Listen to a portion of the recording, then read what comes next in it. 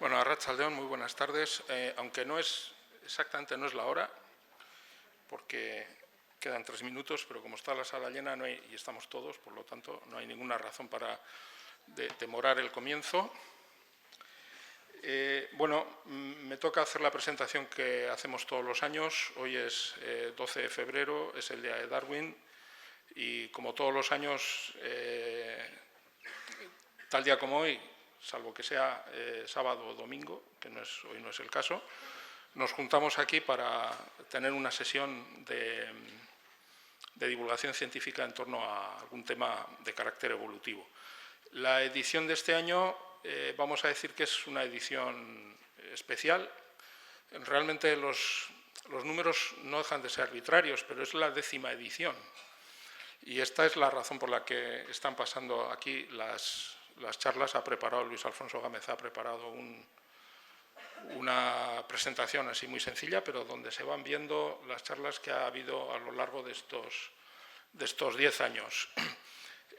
A mí me cuesta mucho hacerme a la idea de que efectivamente ha pasado tanto tiempo, porque la primera vez que estuvimos aquí para hablar de cosas de evolución ya no se me hace tan lejana en el tiempo, no me parece que esto ha sido hace 10 años.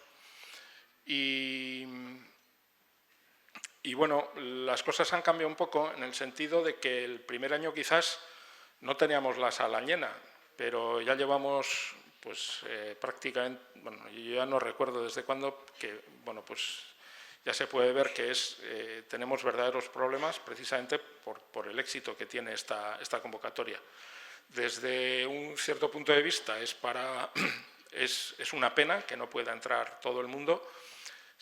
Como esto nos va a seguir ocurriendo en los sucesivos años que lo vamos a hacer, no voy a dejar de decir una cosa que es importante, y es que esta sesión se emite por Internet, en directo.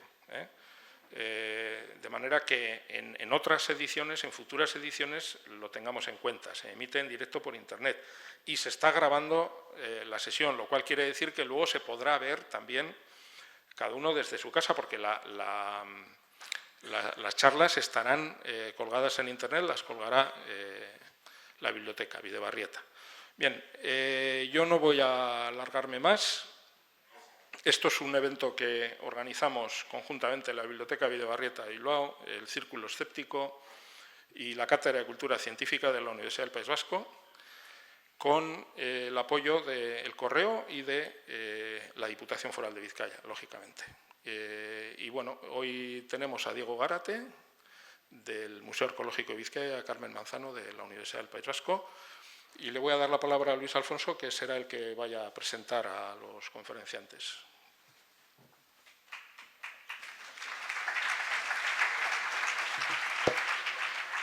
Gracias, Juan Ignacio.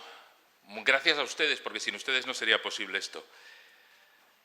El primer conferenciante es Diego Gárate.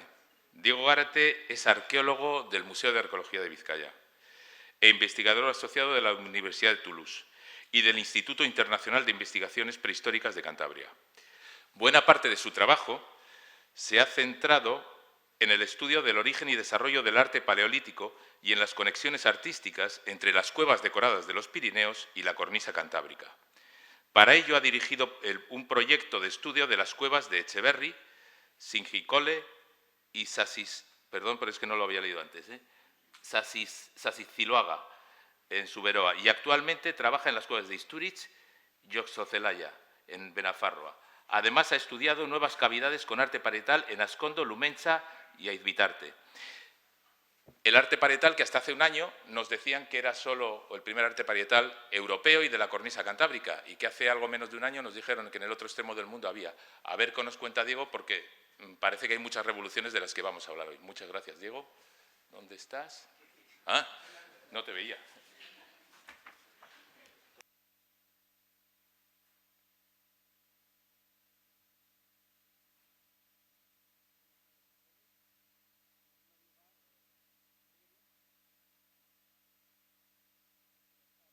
¿Ahora? Sí, bien, vale. Como decía, buenas tardes a todos. En primer lugar, como no, agradecer a la cátedra, agradecer a la biblioteca, al Círculo, a los apoyos del Correo y de la Diputación por organizar esta 10ª edición del Día de Darwin. Y la verdad, pues resulta un placer y un honor estar en esta sala, poder dar una conferencia en esta sala y que encima pues, no haya lugar ni para un alfiler, ¿no? Eso es un doble placer, sobre todo el que la sala esté llena. Bien, los primeros artistas rastreando los orígenes de la expresión simbólica. He añadido la palabra rastrear de manera deliberada, porque lo que vamos a hacer fundamentalmente durante estos 45 minutos es seguir una serie de pistas que nos deja el registro arqueológico para acercarnos, intentar acercarnos a ese origen del arte, ¿no? Es un camino realmente complicado, veremos después de estos 45 minutos hasta dónde hemos podido llegar. Bien, y la verdad es que muchos de ustedes se preguntarán ¿y qué relación tiene Charles Darwin, el padre de la biología moderna, con el origen del arte, ¿no? Porque en principio pues, son disciplinas un poco alejadas, ¿no? Pues la verdad es que, como veremos durante estos minutos, la influencia de Darwin como científico va a ser fundamental para explicar el arte paleolítico hasta finales del siglo XX. Ha sido el científico más influyente en este sentido. Tenemos que recordar que, bueno, Darwin publica en 1959 pues el famoso libro sobre el origen de las especies. Tenemos que tener en cuenta el contexto social en el que se producen estas obras, ¿no? Estamos en un tiempo en el que hay unos cambios muy profundos en Europa, ¿no?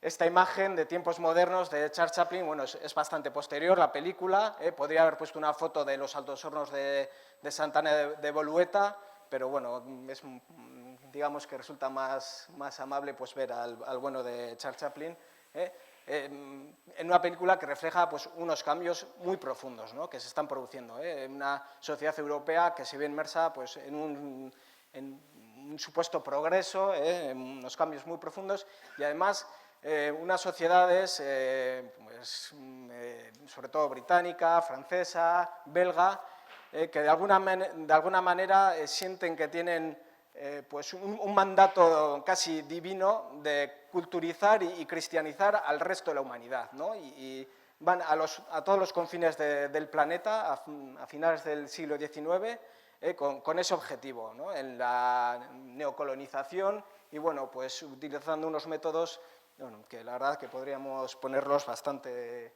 en duda de su validez, ¿no? Entonces, bueno, pues los europeos toman contacto con todo el planeta, ¿no? Con toda la humanidad. Poco después, 20 años después, en 1879, se da un descubrimiento único en arqueología. Como ustedes conocen, los bisontes de la cueva de Altamira, en Santillana del Mar, un descubrimiento realizado por Marcelino Sáenz de Sautuola, 20 años después de la publicación de la obra principal de Darwin. Posiblemente a partir de unos meses, la gente recordará a la cueva, recordará más bien asociará a la cueva de Altamira a Antonio Banderas porque como saben, han rodado una película, la estrenarán en abril, sobre la cueva de Altamira. La verdad que Antonio Banderas en la imagen se parece más bien a Indiana Jones que a Marcelino Sáenz de Sautuola, pero bueno, eso ya son cuestiones de guión. Lo que nos interesa es que en 1879 se descubre una de las cuevas decoradas más magníficas del planeta y esto para los arqueólogos de la época resulta muy chocante. No encaja dentro de su esquema del buen salvaje, de esas sociedades tribales que están conociendo, con las que están tomando contacto en Australia, en el sur en Sudáfrica, no encaja dentro de sus esquemas. Por eso, hasta inicios del siglo XX, la cueva de Altamira no se considera como una cueva auténtica paleolítica, ¿no? Hay un debate muy profundo durante 2 décadas. Marcelino Sáez de Santolaya se muere sin tener ese reconocimiento, pero la evidencia arqueológica pues, es muy terca y aparte de Altamira empiezan a aparecer otras cuevas, empiezan a aparecer además en Francia, lo que sirve para convencer a los franceses, que eran especialmente reticentes. Además son cuevas que aparecen cubiertas por sedimento arqueológico, por niveles de época paleolítica, sellados, lo que ya pues, es un dato concluyente. Bien, además, estos primeros antropólogos, prehistoriadores de finales del XIX, inicios del siglo XX, están en contacto con sociedades tribales que están creando arte, que en ese momento todavía crean arte, ¿no? En Sudáfrica especialmente y en Australia. Y de alguna manera pues, les sirven de base o de inspiración para intentar comprender el arte paleolítico, no solo para entender algunos, como bien saben ustedes, en el arte paleolítico fundamentalmente tenemos representaciones de animales, pero también tenemos lo que denominamos signos, este tipo por ejemplo, este tipo de formas como bastones pintados en rojo, en este caso de la cueva del Pindal en Asturias. Pues lo que hacen los antropólogos, los primeros antropólogos, es compararlos pues, con herramientas, por ejemplo, con boomerangs de aborígenes australianos, y les sirve también para intentar interpretar ese arte paleolítico. Ustedes han oído hablar de la magia simpática, del totemismo, del chamanismo. Son interpretaciones del arte que prácticamente en los manuales de arqueología pues, han estado presentes, yo creo que incluso muchos de ellos seguirán presentes. Por otro lado, y aquí es donde Darwin tiene una especial influencia, posiblemente de manera totalmente involuntaria, en este choque que se produce entre esa sociedad europea imbuida en ese progreso, ¿no? En el siglo XIX, ese contraste con esas sociedades que podemos denominar, que denominaban primitivas, les lleva a plantear un apriorismo, una idea falsa de que las figuras, las formas, las representaciones más simples, más sencillas, son las más antiguas y las más complejas, las más naturalistas, las más elaboradas, serían las más modernas. Se parte de esta idea, que en realidad lo que están haciendo es adaptar o trasladar de una manera un poco simplista la teoría de la evolución de las especies a la evolución del arte, pero de una manera, pues podemos decir, injustificada y además en contra de lo que decía el registro arqueológico, pero era el contexto social de la época.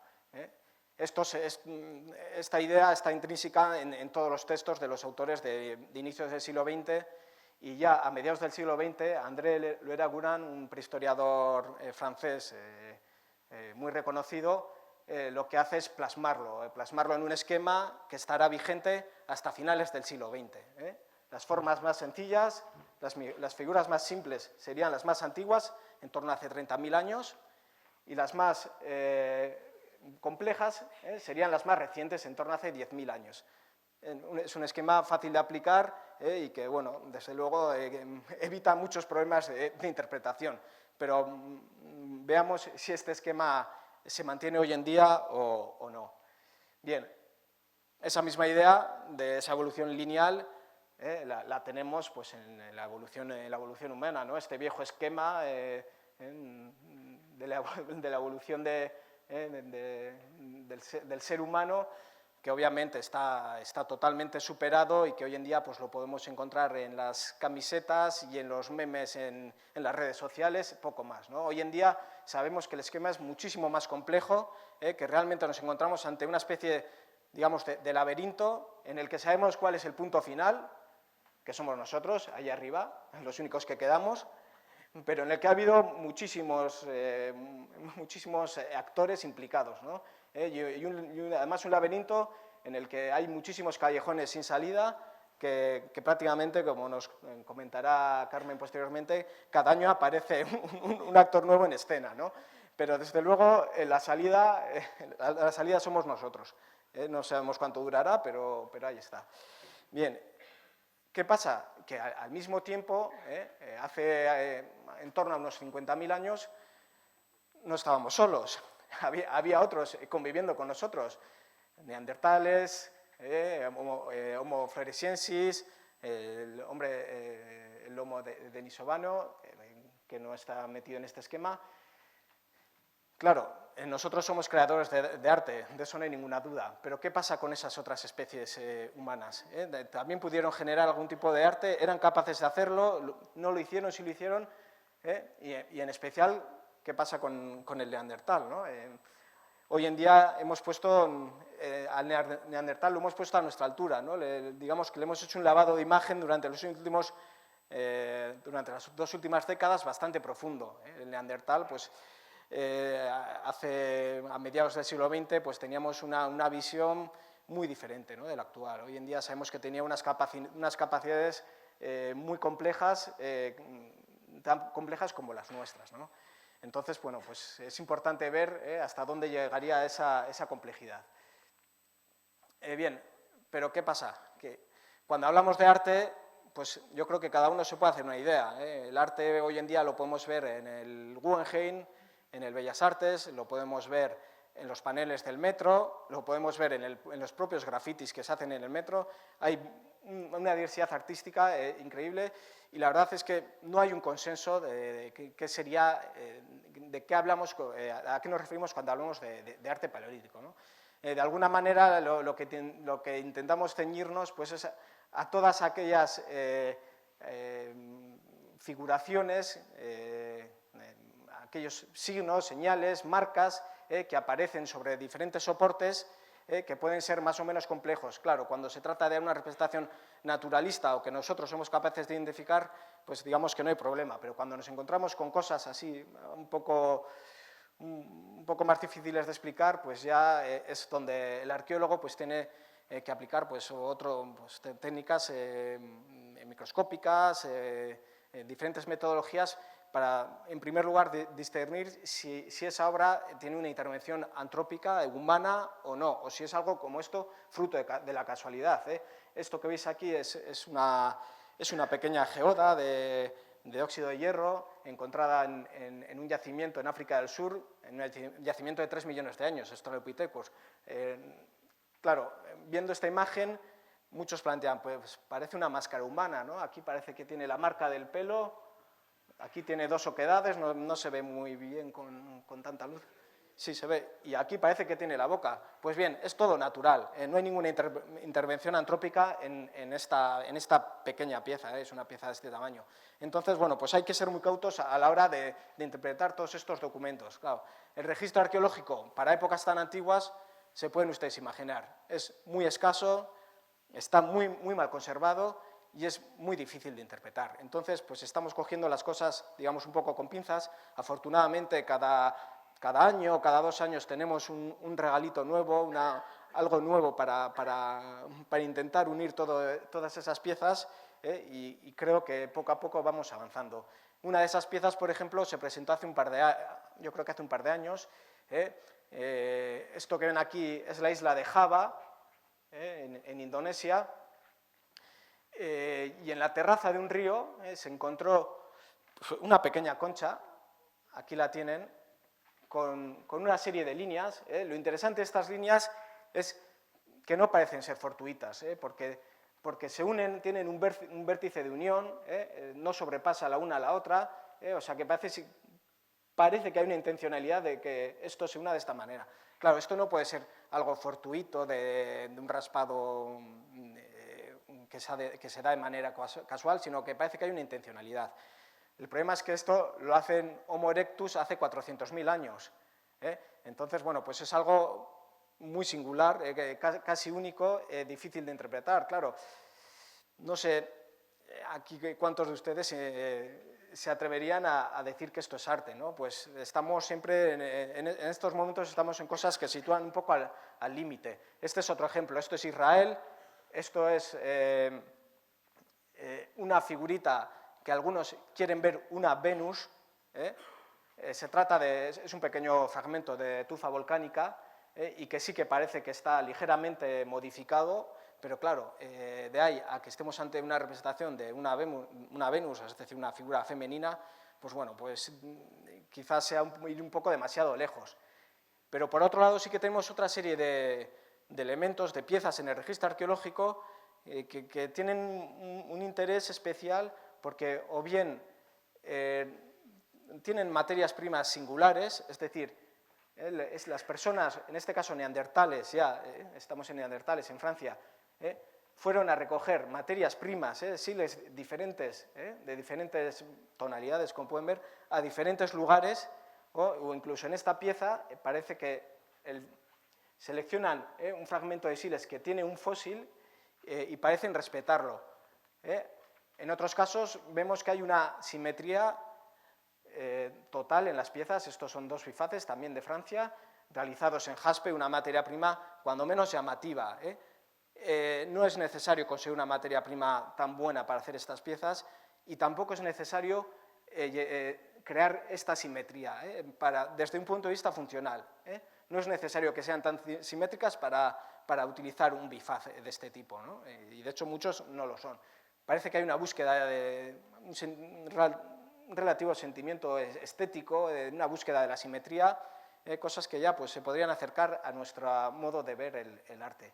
Luego hay otras cosas que la verdad podrían descartarse porque, bueno, como pueden ver aquí, este tipo de rayas entrecruzadas que casi parecen la mesa de cortar la cebolla, ¿no? Pues muchas de estas cosas normalmente lo que son pues, huellas de descarnado o plaquetas que han servido de apoyo para actividades funcionales, ¿no? Entonces sí que hay que hacer unos estudios tafonómicos. Claro, muchas de estas piezas son de excavaciones antiguas, algunas no están localizadas, es difícil volver muchas veces a todo el registro arqueológico.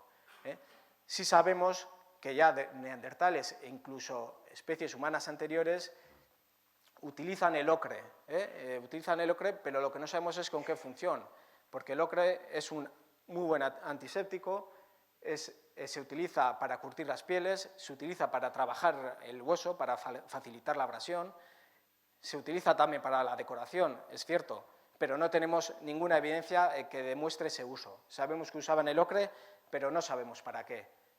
En este caso, hace 50.000 años, los neandertales que vivían en Murcia, pues sí que crearon algunas piezas, algunos colgantes, o por lo menos algunas conchas están perforadas, suponemos que era para colgar, y además aquí sí sabemos que utilizan ocres que los traen de un afloramiento lejano, teniendo otros afloramientos de ocre con una tonalidad diferente más cerca. Parece que hay una selección del color, ¿no? Lo que ya implicaría bueno, pues, unos intereses no solamente funcionales. De todas maneras, bueno, pues, como ven, son evidencias muy puntuales. Este caso también es muy reciente. Esto es la cueva de Gorham Cave en Gibraltar, en territorio británico. En esta cueva se encontró en el fondo de la cueva, sobre el suelo, una serie de líneas, que las tienen aquí, unas líneas verticales entrecruzadas con otras líneas, que supuestamente estaban cubiertas por un sedimento de época musteriense, de neandertales, ¿no? De la cultura neandertal de hace unos 50.000 años aproximadamente. Claro, en este caso, pues, se plantean problemas, ¿no? Se plantean problemas por la estratigrafía, porque hay dataciones mezcladas de esa época con dataciones posteriores, y luego por la propia naturaleza de los trazos. Incluso si hay algún espeleólogo en la sala, que lo hay porque lo he localizado, quizás se le recuerde a los trazos que generan los osos, los zarpazos que generan los osos en las paredes. Es muy típico el oso de las cavernas. Obviamente, cuando se desplaza por las cuevas va totalmente a ciegas y va palpando, va raspando las paredes y genera este tipo de líneas entrecruzadas. Entonces, bueno, pues estamos ante evidencias que son muy difíciles de valorar en estos momentos, ¿no? Hasta el neandertal. Por lo tanto, neandertal, pues sabemos que utilizó una serie de colgantes. No tenemos ninguna evidencia clara de arte figurativo de época neandertal. Entonces, quizás por ahora le mantenemos en cuarentena. Obviamente esto es como el padre que le exige al hijo que haga 2 carreras y 4 máster y él nunca ha estudiado. Nosotros le exigimos, digamos, el Homo sapiens, le exigimos un estándar al neandertal mucho más riguroso que el nuestro. ¿Por qué? Porque no tenemos ni una sola evidencia en el registro arqueológico clara de un arte figurativo bien desarrollado para esta época. Entonces, obviamente, todo lo que aparece pues, es analizado profundamente porque tiene que ser validado. Entonces, pasamos ya al Homo sapiens, pasamos ya a nuestra especie humana, y ¿cuál es la pregunta? ¿Cuándo empezamos a hacer arte y dónde empezamos a hacer arte, ¿no? Nosotros somos un poco más movidos que los neandertales, ¿no?, que estaban en la zona de Eurasia establecidos. Nuestra especie humana, como bien comentará Carmen posteriormente, pues aparece en torno a hace 200.000 años en el África subsahariana, Etiopía, Kenia, por esa zona, y al menos tenemos contabilizadas 3 momentos en los que grupos de Homo sapiens se desplazan hacia otras zonas del planeta, ¿no?, hacia zonas al hemisferio norte, concretamente. Una primera salida sería en torno a hace unos 100.000 años, a la zona de Oriente Próximo. Una segunda salida recorrería desde la península arábiga hasta Australia, hace unos 60.000 años. Y una tercera salida sería ya pues, la nuestra, ¿no?, nuestra salida de África en torno a hace unos 40.000 años, y nos desplazamos hasta Europa quitándoles el pastel a los neandertales. Bien, entonces, ¿cuál es la pregunta? ¿El arte dónde se genera? ¿Se genera en África en momentos pues, muy antiguos, en torno a hace 100.000 años? ¿Se genera posteriormente en alguna de estas salidas? Vamos a ver qué es lo que el registro arqueológico nos tiene guardado. Bien, esto es Sudáfrica, la cueva de Bloemfontein, hace 90.000 años. En esta cueva se ha localizado también hace casi todo lo que las piezas que estoy presentando pues han descubierto en los últimos 15 años, ¿no? Son descubrimientos muy recientes. Esto todo está cambiando de una manera rapidísima, como en la propia evolución humana, ¿no? Aparecen fósiles prácticamente cada año, hay una novedad que obliga a replantearse muchas cosas. Esto es una pieza de matite que tendrá este tamaño, muy pequeña, realizada por Homo sapiens, por nosotros, gente idéntica a nosotros. Y como pueden observar, aquí tenemos una serie de aspas que además están enmarcadas por unas líneas transversales. Esto no es algo funcional, esto no es algo que se ha generado derivado de otra acción, esto se ha realizado de manera expresa de esta manera, y además pues una abstracción que bueno, casi muchas veces parece que resulta más fácil hacer una copia de un natural que llegar a una abstracción de este tipo de un esquema de formas geométricas. En esa misma cueva tenemos un montón de colgantes, ¿no?, de conchas perforadas utilizadas para colgar, ¿no? Podemos entenderlo como una forma de decoración y además una cantidad ya, digamos, una producción casi en escala. Algo posterior, de hace unos 60.000 años, son estos huevos de avestruz, también en Sudáfrica, con unas formas también geométricas, como escaleras, digamos, que lo que están haciendo es decorar esos recipientes. Los huevos de avestruz se utilizan hoy en día en muchas tribus de África, sobre todo para transportar el agua, ¿no? Y parece ser que esa tradición puede tener como mínimo 60.000 años, ¿no? Y como ven, pues esto puede recordar perfectamente a la decoración de las vasijas, de la cerámica popular, en cualquier lugar del planeta. Bien, entonces, hasta este momento hemos visto formas geométricas, líneas, aspas, cosas, bueno, pues que quizás un poco ajenas del concepto que podemos tener nosotros de arte, ¿no? Desde el Homo erectus, hace 400.000 años, pasando por algunas piezas neandertales, hasta estas que hemos visto ya de Homo sapiens, de nuestra especie, en África hace 90.000, 60.000 años. ¿Qué pasa con el arte figurativo? Pues tenemos en África, siguiendo en África, tenemos una muestra de hace unos 30.000 años. Esto es una cueva que se encuentra en la frontera entre Namibia y Sudáfrica. Son unas plaquetas de arenisca encontradas en estratigrafía dentro de un yacimiento bien excavado, con dataciones, se sabe su procedencia exacta, porque el gran problema que tenemos, sobre todo en el arte, es la cronología, el saber a qué época corresponde cada cosa, porque hay pocos sistemas para su datación. Aquí, al aparecer una excavación arqueológica, en el que podemos datar los niveles, pues sabemos que esto tiene en torno a 30.000 años. Veis aquí pues una figura animal, difícil de identificar, aquí restos de otras figuras, están muy perdidas las piezas, pero este es el arte figurativo más antiguo que tenemos en África, por el momento. Claro, no podemos comparar el estado de la investigación en Europa y en África, obviamente. Aquí hemos excavado, desde hace 50 años, hemos excavado una cantidad ingente de yacimientos. En África el ritmo es mucho más bajo. Además, aquí tenemos la ventaja de que, en concreto, en nuestra zona es una zona muy kárstica, con una gran cantidad de cavidades, que son lugares perfectos para conservar depósitos arqueológicos, porque son muy estables.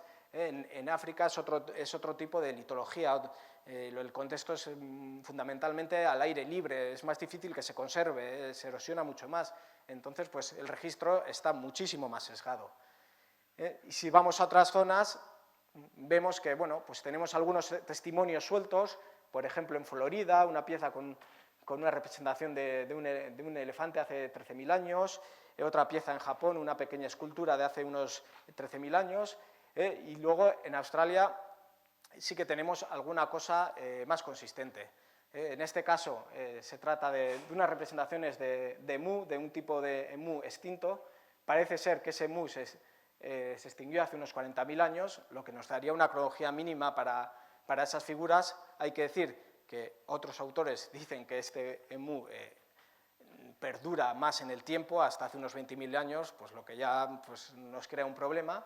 Pero en todo caso, el año pasado en esta cueva, además esto se encuentra en el norte de Australia, muy cerca de la ciudad de Darwin, soy incapaz de leer el nombre de la cavidad, es un lugar muy bonito porque ven que es como una especie de techo natural con una serie de pilares naturales, y ese techo totalmente plano está repleto de representaciones. Bien, pues en este caso se hizo una excavación arqueológica a pie de las figuras, y en contexto, dentro de esos niveles estratigráficos, se encontró esta plaqueta, que no se ve muy bien, pero tiene una serie de líneas grabadas, es una plaqueta desprendida del techo, y se encontró en un nivel en torno a unos 28.000 años. Entonces sabemos que al menos esa pieza, estas representaciones tendrían 28.000 años, lo que es también, pues, la verdad, un momento realmente antiguo. Pero hay más. Esto es la isla de Sulawesi, en Indonesia, a la que hacía referencia Luis Alfonso Gámez.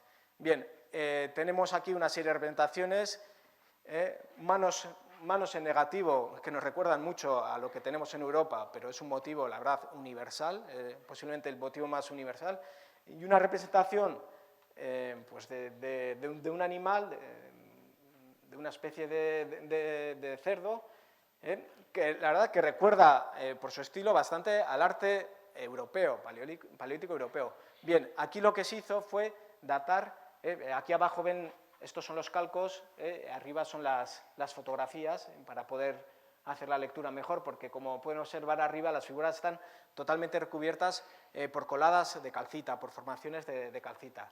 Hoy en día, desde hace pues, en torno a 5 años, no más, se ha depurado un sistema de datación que permite saber cuándo se forman esas capas de calcita, ¿no? Es un sistema también muy reciente, que hay que ser cautos, habrá que esperar unos años a ver cómo evoluciona, pero en este caso nos otorga unas dataciones bastante coherentes, porque lo que se ha hecho es, el fragmento ese calcita, se han visto las diferentes capas de formación, se han datado cada una de ellas y dan dataciones coherentes, es decir, las primeras capas formadas son más antiguas y las más recientes, las formadas posteriormente, dan dataciones más modernas, pero en todo caso dataciones en torno a hace 40.000 años, tan antiguo como el primer arte europeo que veremos a continuación. Entonces, claro, pues esto descoloca un poco, incluso plantea la posibilidad de que el arte no tuviera un origen concreto, ¿no? Sino que se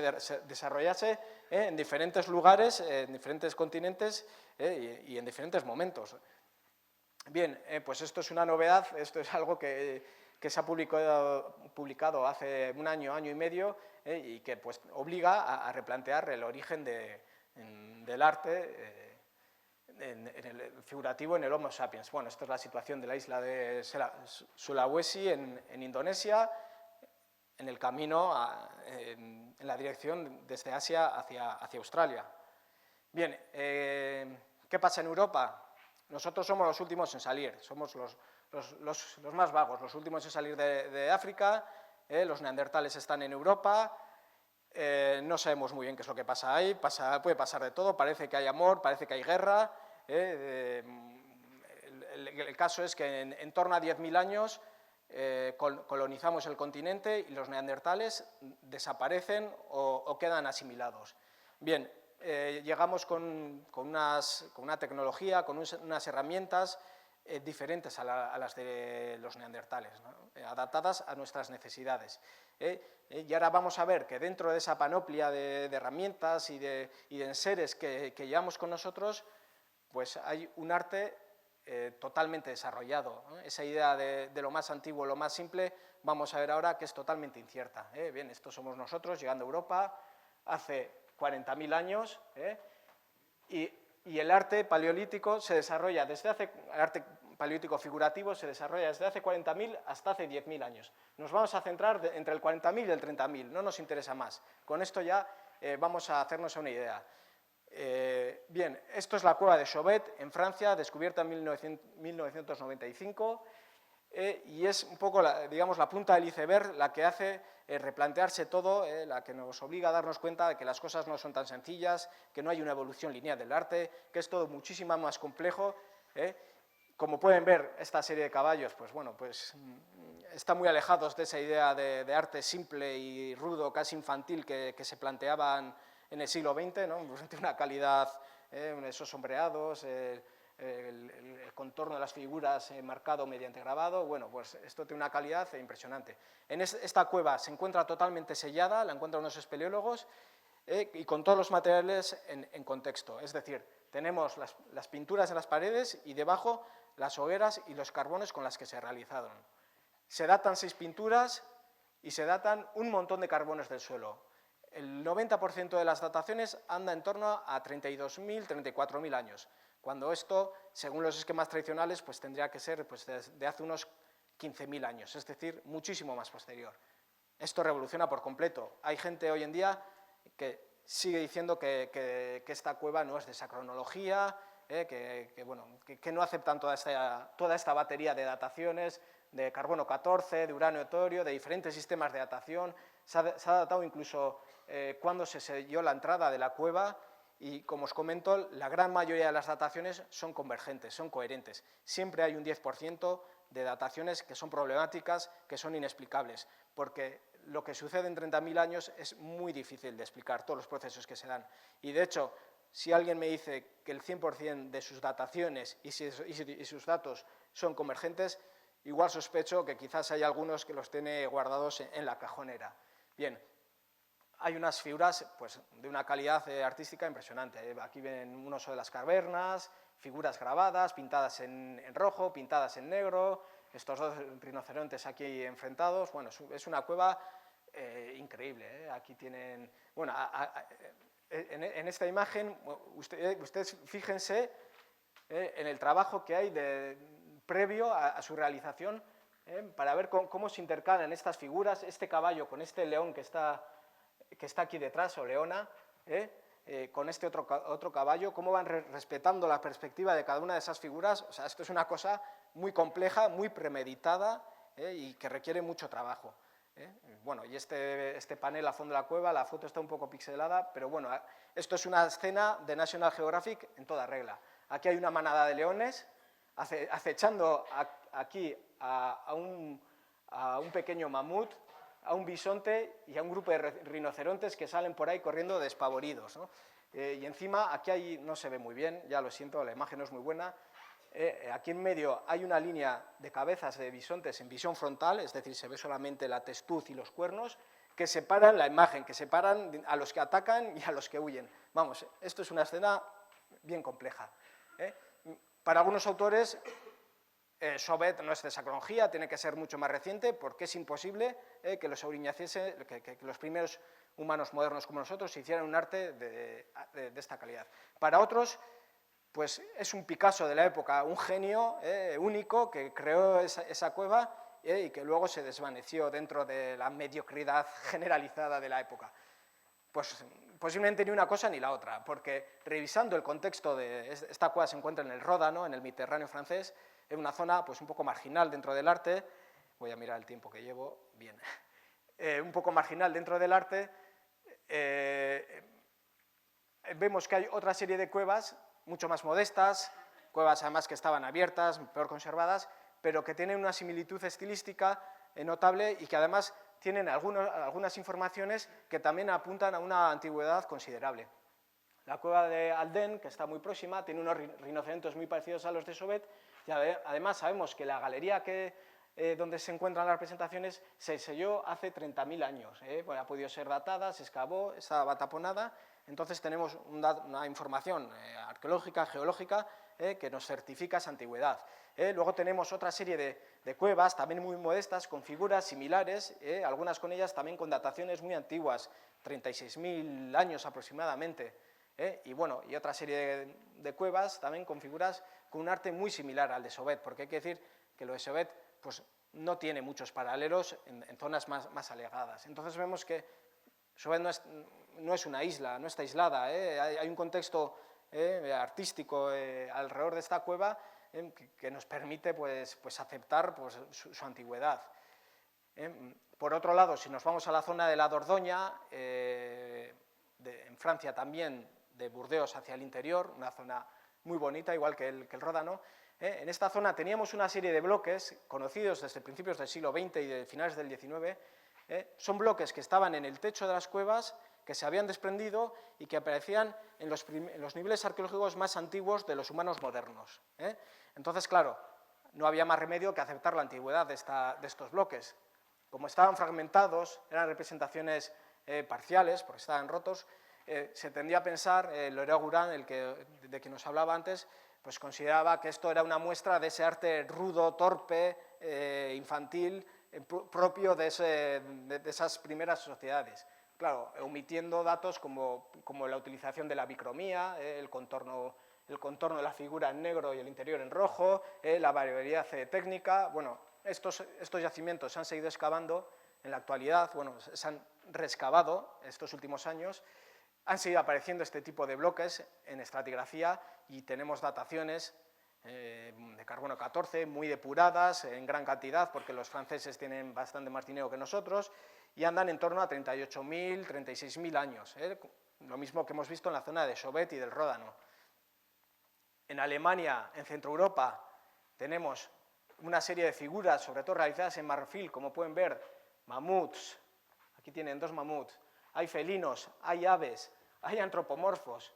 Todo esto se descubre en 1930, se conocía desde 1930, pero como no casaba mucho con esa idea del progreso en el arte, ¿no? Hacia formas más complejas, pues simplemente lo que hicieron fue dejarlo de lado, omitir su existencia. También se ha vuelto a excavar estos yacimientos, se han encontrado muchas más piezas, bueno, aquí tienen otros ejemplos, bueno, esta cabeza también de leona, estas figuras, pues bueno, pues requieren pues, unos conocimientos técnicos bastante considerables. Los alemanes tienen todavía más dinero que los franceses y tienen más dataciones y andan en torno a 40.000, 35.000 años, es decir, la misma época. Esta es la época en que nosotros llegamos a Europa. En este momento es cuando llegan las primeras hornadas de Homo sapiens a Europa. Y en concreto en la cueva de Hohlefels aparece hace unos 4 años aproximadamente, yo creo, esta representación femenina que ven ustedes. Bueno, es una pieza que en realidad es así, es pequeña, es un colgante, de hecho no tiene cabeza porque se utiliza para que sea colgada de ahí. Este es el lugar donde apareció en la excavación, aquí. Y bueno, en una estratigrafía bien excavada, como esta de aquí, y resulta que posteriormente, en el mismo nivel, encuentran 3 flautas. arte, música, esto ya son cosas que en momentos anteriores no se ven. Dataciones en torno a 34.000, 31.000 años. Estamos, no me voy a liar con el tema de las dataciones porque ahí podríamos estar discutiendo durante semanas, pero vamos, no nos importa 1.000 años arriba, 1.000 años abajo, estamos viendo que son los primeros momentos. Bien, esto es Italia. En la cueva de Fumane aparecen una serie de bloques en estratigrafía con unas figuras un poco más difíciles de interpretar porque no hay nada parecido. Ven aquí una especie de animales pintadas en rojo, algunas de ellas han sido restauradas, con polémicas incluidas. El caso es que esto aparece también en un nivel, este de aquí, que tiene en torno a 35.000 años. O sea que también es muy antiguo para ser Homo sapiens. Esto es Rumanía, nos hemos ido ya hasta Rumanía. Esta es la cueva de Coluguaya, una cueva en la que el acceso y el movimiento por dentro requiere de una capacidad espeleológica bastante compleja, con bastante experiencia. Hay varios pozos, no sé si ven bien en esta imagen, todo esto es agua y aquí se ve una cabecita de alguien pasando. Vamos, que está, hoy en día el acceso está difícil. Se llega a una zona que está decorada, posiblemente tendría otra entrada muchísimo más sencilla, que es esta de aquí, seca, y en la que se encuentran pues, una serie de representaciones de animales pintadas en negro con carbón. Aquí hay un rinoceronte, ven aquí los cuernos, aquí hay un bisonte, y aquí hay un caballo y aquí hay otro. Bien, se obtienen un par de dataciones de una figura, bueno, lo que os decía antes del problema de las dataciones, hay dataciones, las dataciones, bueno, hoy en día el tema es bastante complejo. El caso es que estamos en torno, a 31.000, 35.000 años también en esta cueva de Rumanía. Pensamos que los Homo sapiens entran desde Europa oriental hasta Europa occidental. Lo cierto es que la mayoría de la información que tenemos hoy en día está en Europa occidental. También esto puede estar relacionado pues, con un déficit de investigación pues, en esas zonas, ¿no?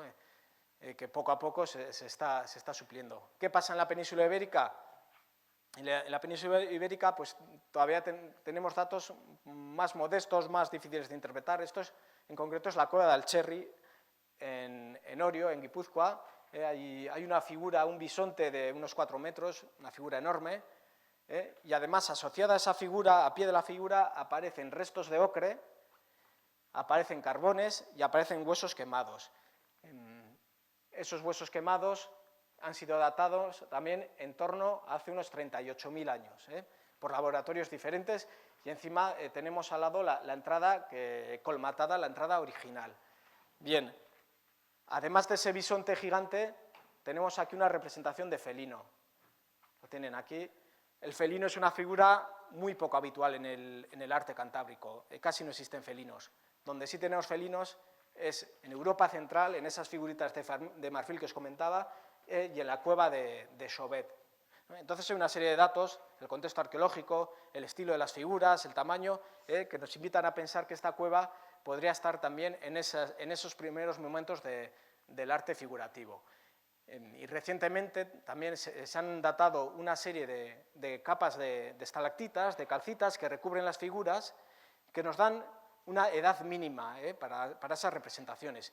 Nos han aportado dataciones muy antiguas, pues en la cueva del Castillo en torno a 40.000 años, en Altamira en algunas de las figuras, no los bisontes polícromos, sino otras figuras que hay debajo, también tendrían una antigüedad similar, la cueva de Tito Bustillo, bueno, pues una serie de cuevas, que también nos están dando cronologías muy antiguas.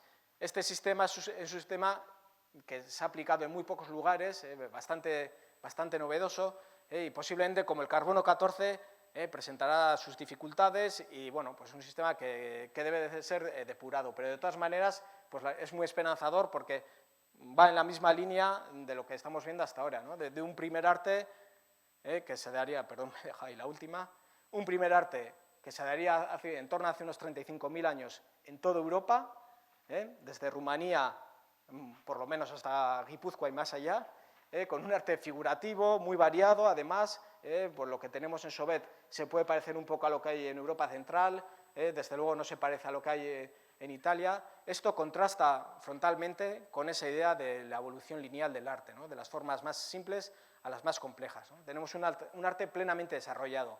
¿Cuál es la pregunta ahora?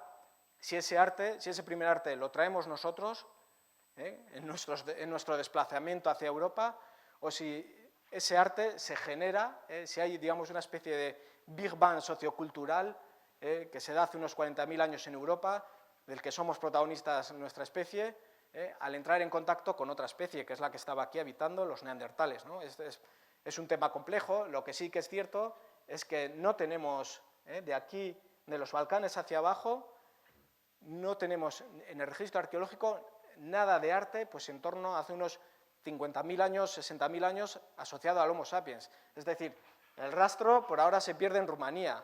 Da la sensación que ese arte se genera, ese arte figurativo, además que es una eclosión considerable, porque de repente empieza a aparecer muchísimas cuevas decoradas. No estamos hablando de casos aislados, sino de una cantidad importante de cuevas y cosas como lo que hemos visto en Alemania, que la verdad que es una cantidad de obras, de pequeñas esculturas de marfil considerable. Todo eso se da en un momento dado, hace 40.000, 35.000 años, de manera espontánea y con una complejidad técnica, pues cualquier persona que esté en contacto con artistas, con pintores, puede saber lo difícil, lo complejo que puede ser hacer ese tipo de representaciones. Bien, posteriormente, 10.000 años después, ya tenemos las Venus en buena parte de Europa, menos en la península ibérica, por alguna extraña razón, no las tenemos, pero están desde Francia hasta Siberia, este tipo de representaciones de hace unos 25.000 años. Otros 10.000 años después ya tenemos lo que todos conocemos y lo que todos relacionamos con el arte paleolítico, ¿no? El periodo que nosotros denominamos magdaleniense, en el que ya hay una cantidad ingente de yacimientos con piezas decoradas de hueso, de piedra, de asta, con grandes paneles como los que hay en Altamira, Santimamiñe, Caen, por ejemplo, etcétera, o esta imagen de la cueva de Tuda-Duber en los Pirineos centrales, en Francia, con estos dos bisontes de arcilla, que la verdad que son totalmente espléndidos, esculpidos con arcilla, y todo esto hace unos 10.000 años desaparece sin que sepamos muy bien por qué, igual que tampoco sabemos muy bien cómo inicia. Yo creo que todavía sabemos peor por qué desaparece, pero eso ya es otra película, ¿no? Lo que yo os quería explicar era sobre todo la complejidad de este primer arte, lo difícil que es establecer lo que es el arte en sí mismo, sobre todo para periodos más antiguos, para otras especies humanas, y que todavía hay muchísimo por hacer, y que en estos últimos 15 años se ha dado una verdadera revolución interpretativa, han entrado en juego nuevos continentes. Bueno, posiblemente dentro de 10 años las preguntas serán otras, tendría que cambiar todas las diapositivas y bueno, la explicación sería bastante diferente, pero lo que sí sabemos, lo que ya tenemos descartado, es que el arte no es algo que nazca, por lo menos en el Homo sapiens, de manera tan paulatina y digamos que existe un perfeccionamiento en las formas que se da de manera progresiva y una eclosión, un esplendor figurativo en los momentos finales, ¿no? Desde el inicio se hacen cosas muy complejas y hay, como en la evolución humana, hay diferentes caminos, hay cosas muy diferentes. Hace 30.000 años se hacen cosas igual de complejas que hace 10.000 años, pero las hacen de otra manera, ni mejor ni peor, las hacen cada uno a su manera. Y bueno, y con esto finalizo mi exposición y le dejo paso a Carmen. Creo que no te he robado más que 4 minutos.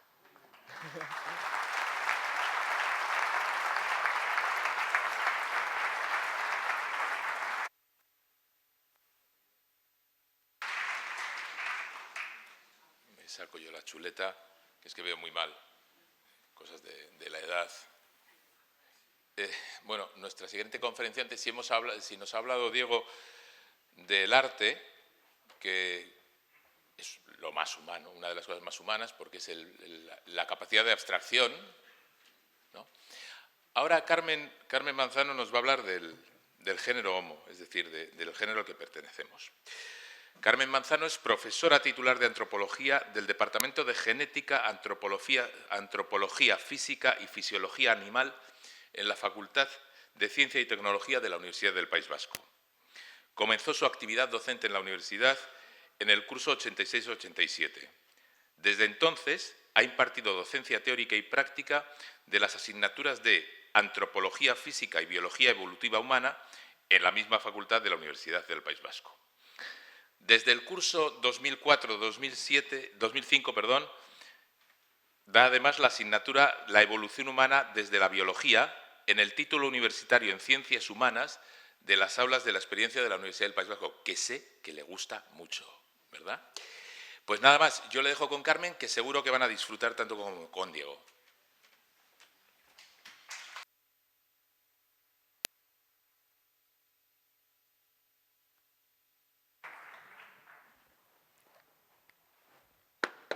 Pongo las gafas.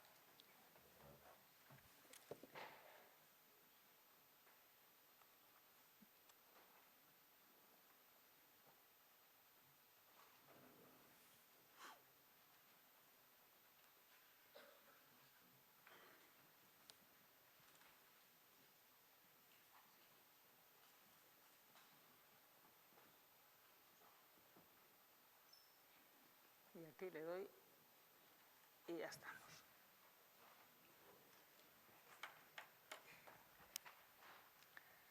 Bueno, primero, muchas gracias, Luis Alfonso, por tu presentación, en la cual se ha visto que tengo ya unos años, ¿verdad?, por cuando empecé. Quisiera agradecer a los organizadores el que me hayan dado la oportunidad de estar aquí hoy, porque para mí realmente es un privilegio estar en este marco incomparable, hablando sobre evolución humana, que es un tema que a mí, la verdad, me apasiona, y que lo que pretende es reconstruir la historia de nuestra especie, de la especie Homo sapiens, de esa salida de la cual hablaba Diego, que en realidad es la única especie que permanece viva de todo un conjunto de especies que están aquí representadas, que son nuestros ancestros, y entonces lo que pretendemos es saber quiénes fueron esos ancestros, dónde surgieron y, a ser posible, cómo surgieron. Y quiero empezar mi charla pues, con una frase de Darwin, cuyo nacimiento celebramos hoy. Es una frase de su libro El origen de las especies y que yo creo que resume muy bien la teoría de Darwin, que dice que no es la más fuerte de las especies la que sobrevive, ni siquiera la más inteligente, sino la que responde mejor al cambio.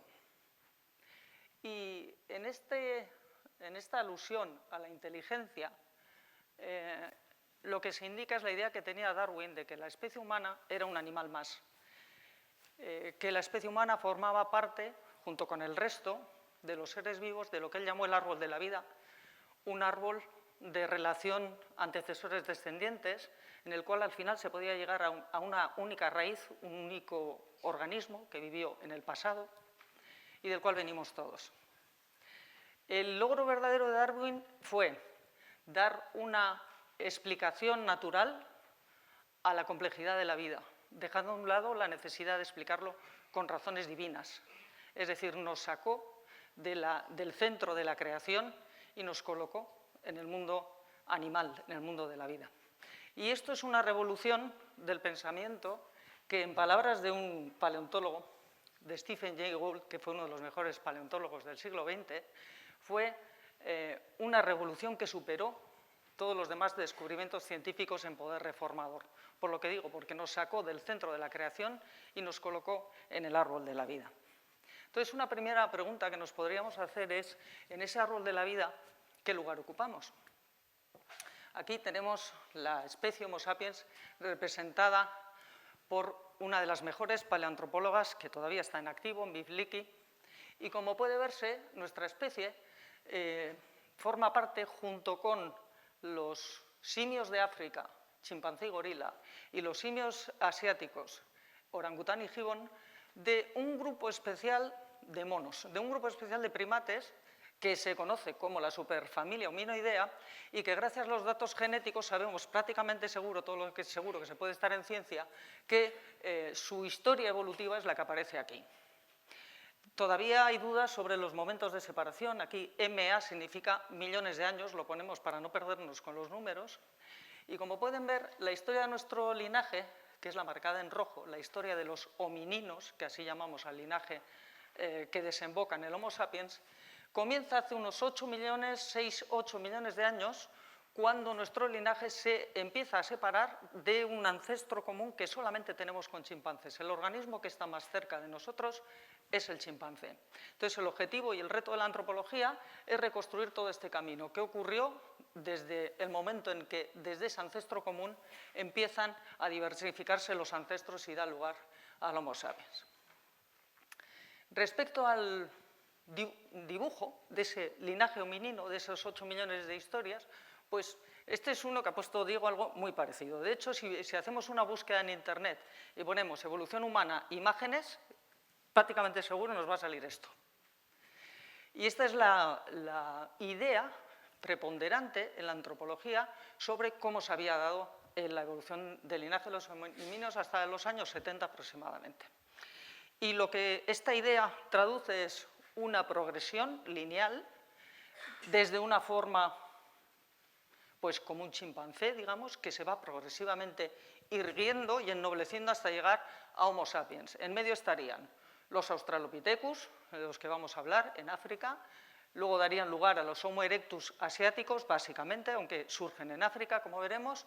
Un grupo de estos erectus, se decía, había dado lugar a los neandertales en Europa y de los neandertales habían surgido los Homo sapiens. Bien, hoy en día, como ha dicho Diego, sabemos que esto no es correcto, porque en la evolución humana lo que ha preponderado son las ramificaciones frente a las sucesiones. Y otra cosa que tampoco es correcta aquí es que todos los representantes de las diferentes especies que están aquí son machos. No sé si se han fijado en ello. Y no solo eso, sino que la mayoría, por no decir el 99% de las imágenes que ha puesto Diego, que no son suyas, sino que las ha cogido de Internet, eran machos. No sé si se han fijado en ello. Y esto es otra incorrección, porque si de algo podemos estar totalmente seguros, es que si no hubiera habido hembras no estaríamos hoy aquí en la biblioteca de Bidebarrieta hablando. Y aquí voy a abrir un paréntesis pequeñito, pero lo voy a abrir para decir que es muy difícil encontrar, no ponemos imágenes porque es muy difícil encontrar imágenes de hembras relacionadas con evolución humana. Y es relativamente habitual que cuando se hace un descubrimiento de una nueva especie, y ahora está muy de moda dar las noticias en todos los medios de comunicación, se ponga una imagen de un hombre. Y voy a poner un ejemplo. En 2004 se descubre en la isla de Liambua, en Flores, en la cueva de Liambua, en la isla de Flores, cerca de Java, se hace un descubrimiento realmente impresionante porque había un cráneo, se descubre un trozo de pelvis, un pie, y fue muy impresionante porque tenía una edad, 18.000 años, que era totalmente de anteayer, por decirlo así, de cuando Homo sapiens estaba en Europa, pero tenía una capacidad craneal de 417 centímetros cúbicos, que esto es menor que la de un chimpancé, medía 1 metro y aparecía con cultura de tipo moderno. Esto era una cosa llamativa, se le llamó el Hobbit porque era enano. El caso es que el análisis de los restos, sobre todo de la pelvis, dijeron que probablemente ese resto era una mujer de 30 años. Bien, pues cuando se dio la noticia y se hizo la representación, esta es lo que salió en National Geographic, que de ahí luego se tomó en la BBC y se puso en un montón de medios de comunicación, y en los medios, en los diarios españoles donde tenemos género, lo que se dijo fue el hombre de Flores, y desde luego la representación pues lo deja bastante claro, ¿no? Incluso la revista Science, que es una de las revistas de referencia en ciencia, en 2009 publicó un artículo de reflexión sobre cómo se representan los diferentes fósiles y tomó como ejemplo este Homo floresiensis.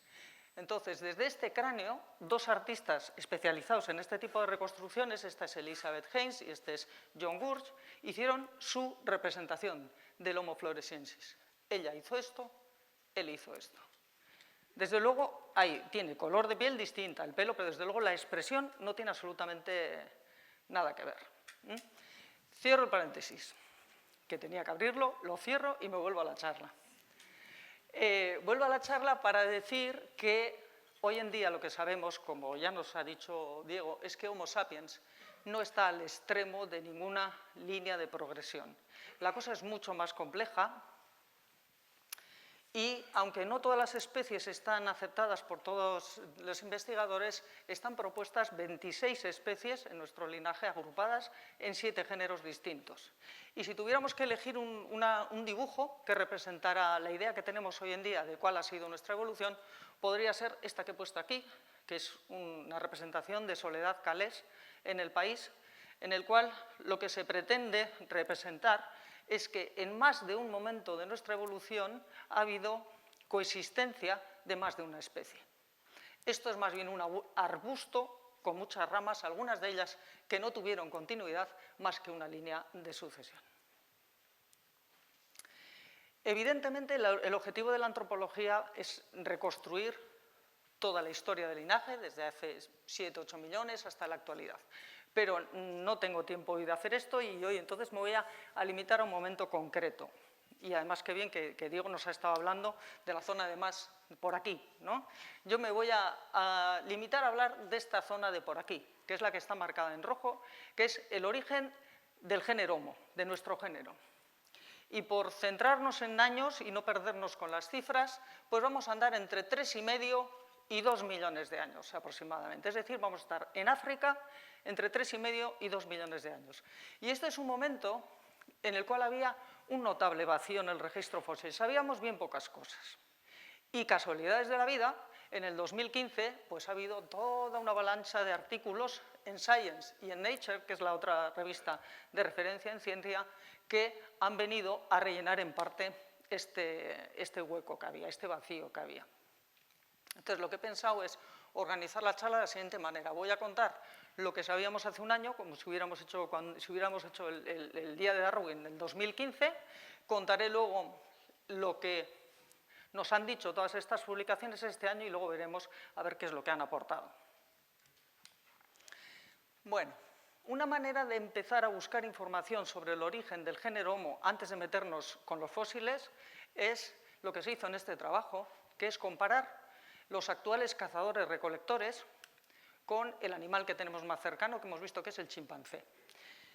Y al hacer esta comparación, lo que vieron los investigadores es que nuestra historia de vida se distingue de la de los chimpancés en 3 cuestiones: en la dieta, en la inteligencia y en la longevidad. Entonces, esta es una de las tablas de este trabajo en la que se puede ver aquí la edad de los individuos y en el eje de la axis el porcentaje de supervivientes. Las 4 líneas de aquí son las 4 poblaciones de cazadores-recolectores que estudiaron y la línea continua de aquí abajo son los chimpancés.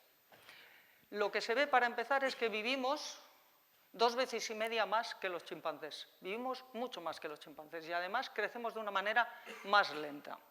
Y otra cosa que se ve es, lo he marcado con esta flecha de aquí, es que el porcentaje de subadultos que permanecen vivos es mayor en los linajes humanos que en las poblaciones humanas que en los chimpancés. En los chimpancés no pasa el 40% de la población de esa edad, mientras que del 60% para arriba, entre el 60 y el 80% de las poblaciones siguen.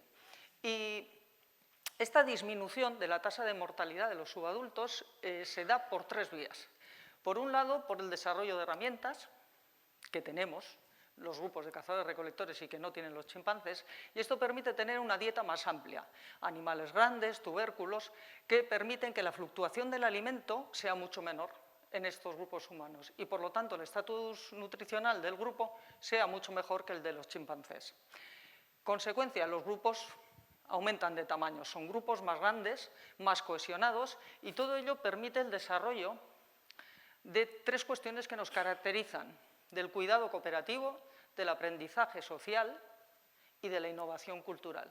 Es decir, que lo que nos distingue de nuestro animal más cercano, que es el chimpancé, es que utilizamos la cultura como estrategia adaptativa. La cultura es nuestra manera de adaptarnos al medio. Bien, una vez visto esto, podemos decir, bueno, ¿y qué nos dicen los fósiles? ¿Cuándo surge esta estrategia nueva que utilizan los cazadores-recolectores actuales? Pues aquí tenemos un resumen simplificado de la evolución del linaje humano desde hace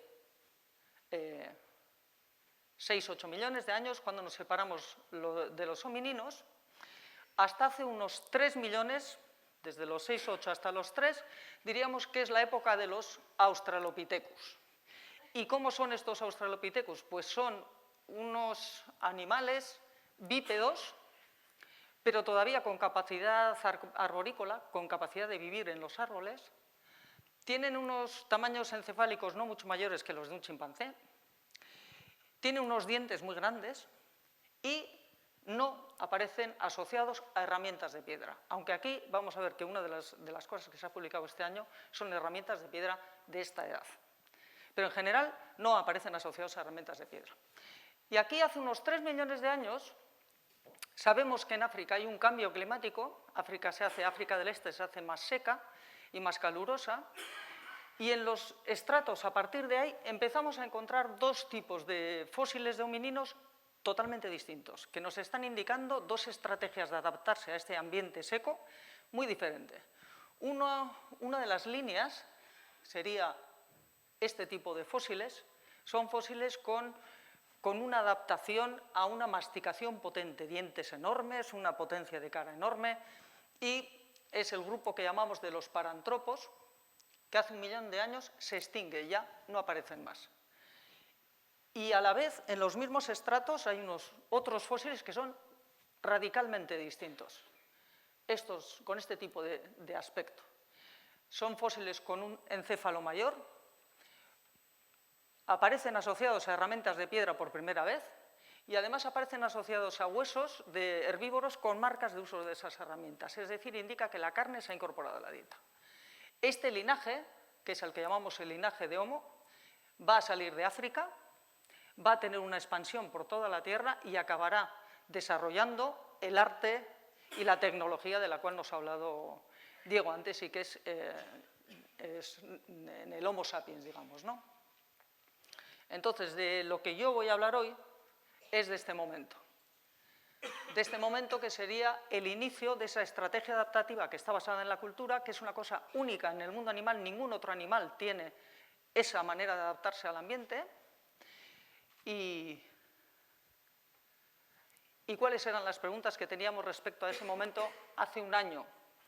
Pues voy a plantear 3 preguntas. Una sería cuál o cuáles fueron las especies que iniciaron el camino de Homo, que eran las especies antecesoras al género Homo. Había algunas candidatas propuestas.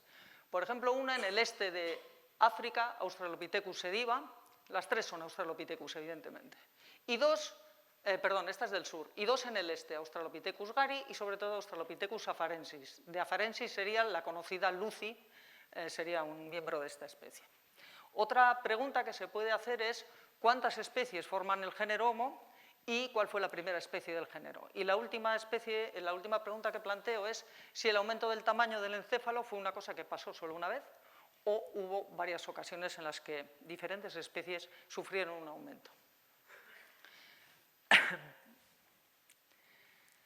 La especie Homo erectus, que surgió en África, que es donde hemos encontrado sus fósiles más antiguos, sobre unos 1,9-2 millones de años, vamos a decir, pero que muy pronto sale de África, 1,8 lo encontramos aquí, y en 1,6 ya está por aquí, es decir, tiene una capacidad de expansión geográfica tremenda.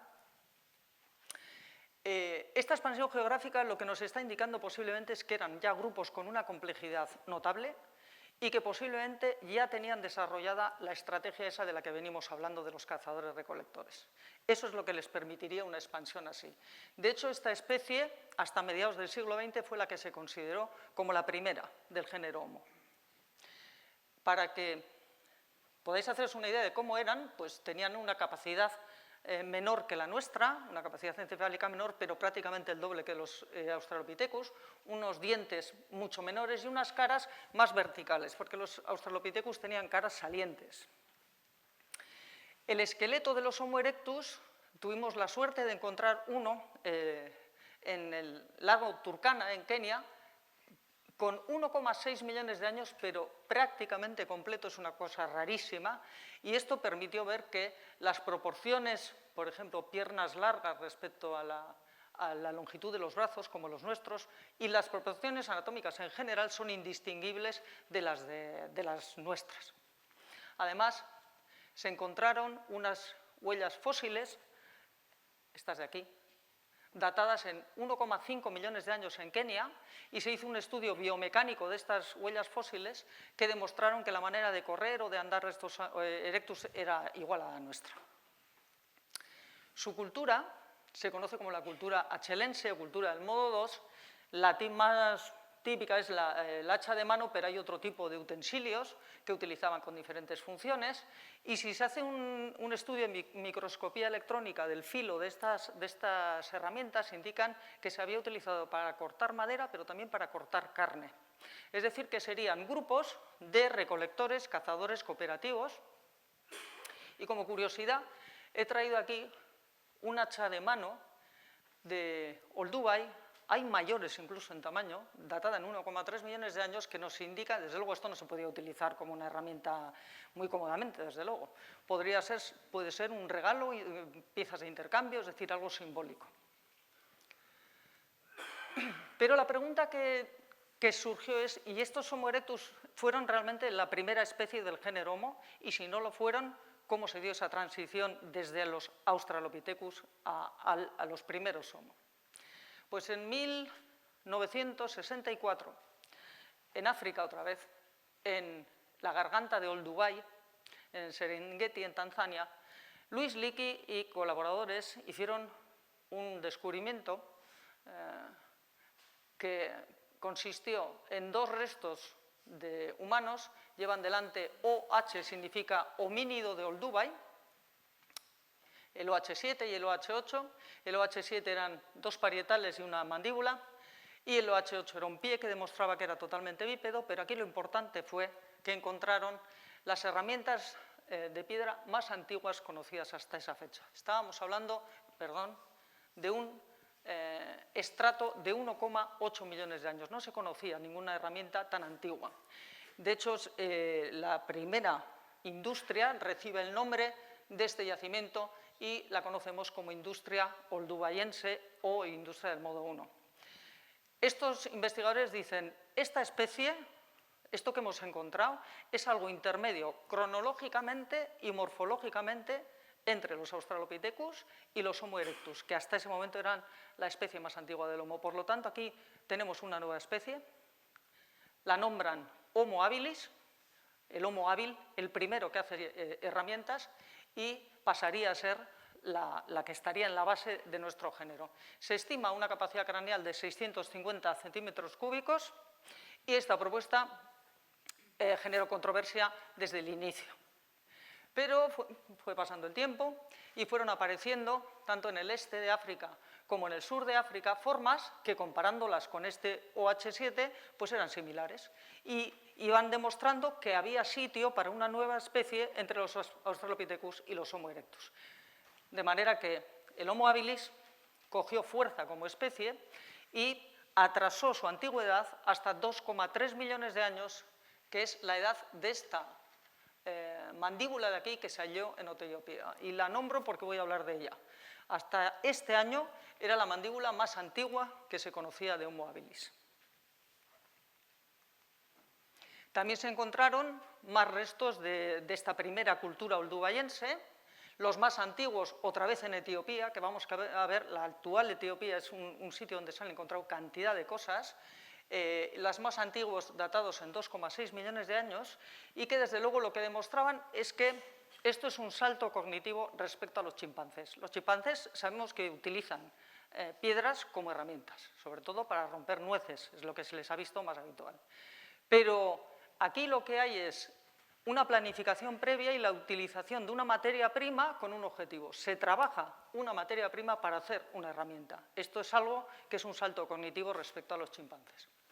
Y además aparecieron restos de animales con marcas, que está aquí con esta flecha amarilla, marcas de corte de estas herramientas. Y esto lo que indica es que se utilizaron para obtener tejido animal, algo que no se había visto hasta ese momento en nuestro linaje.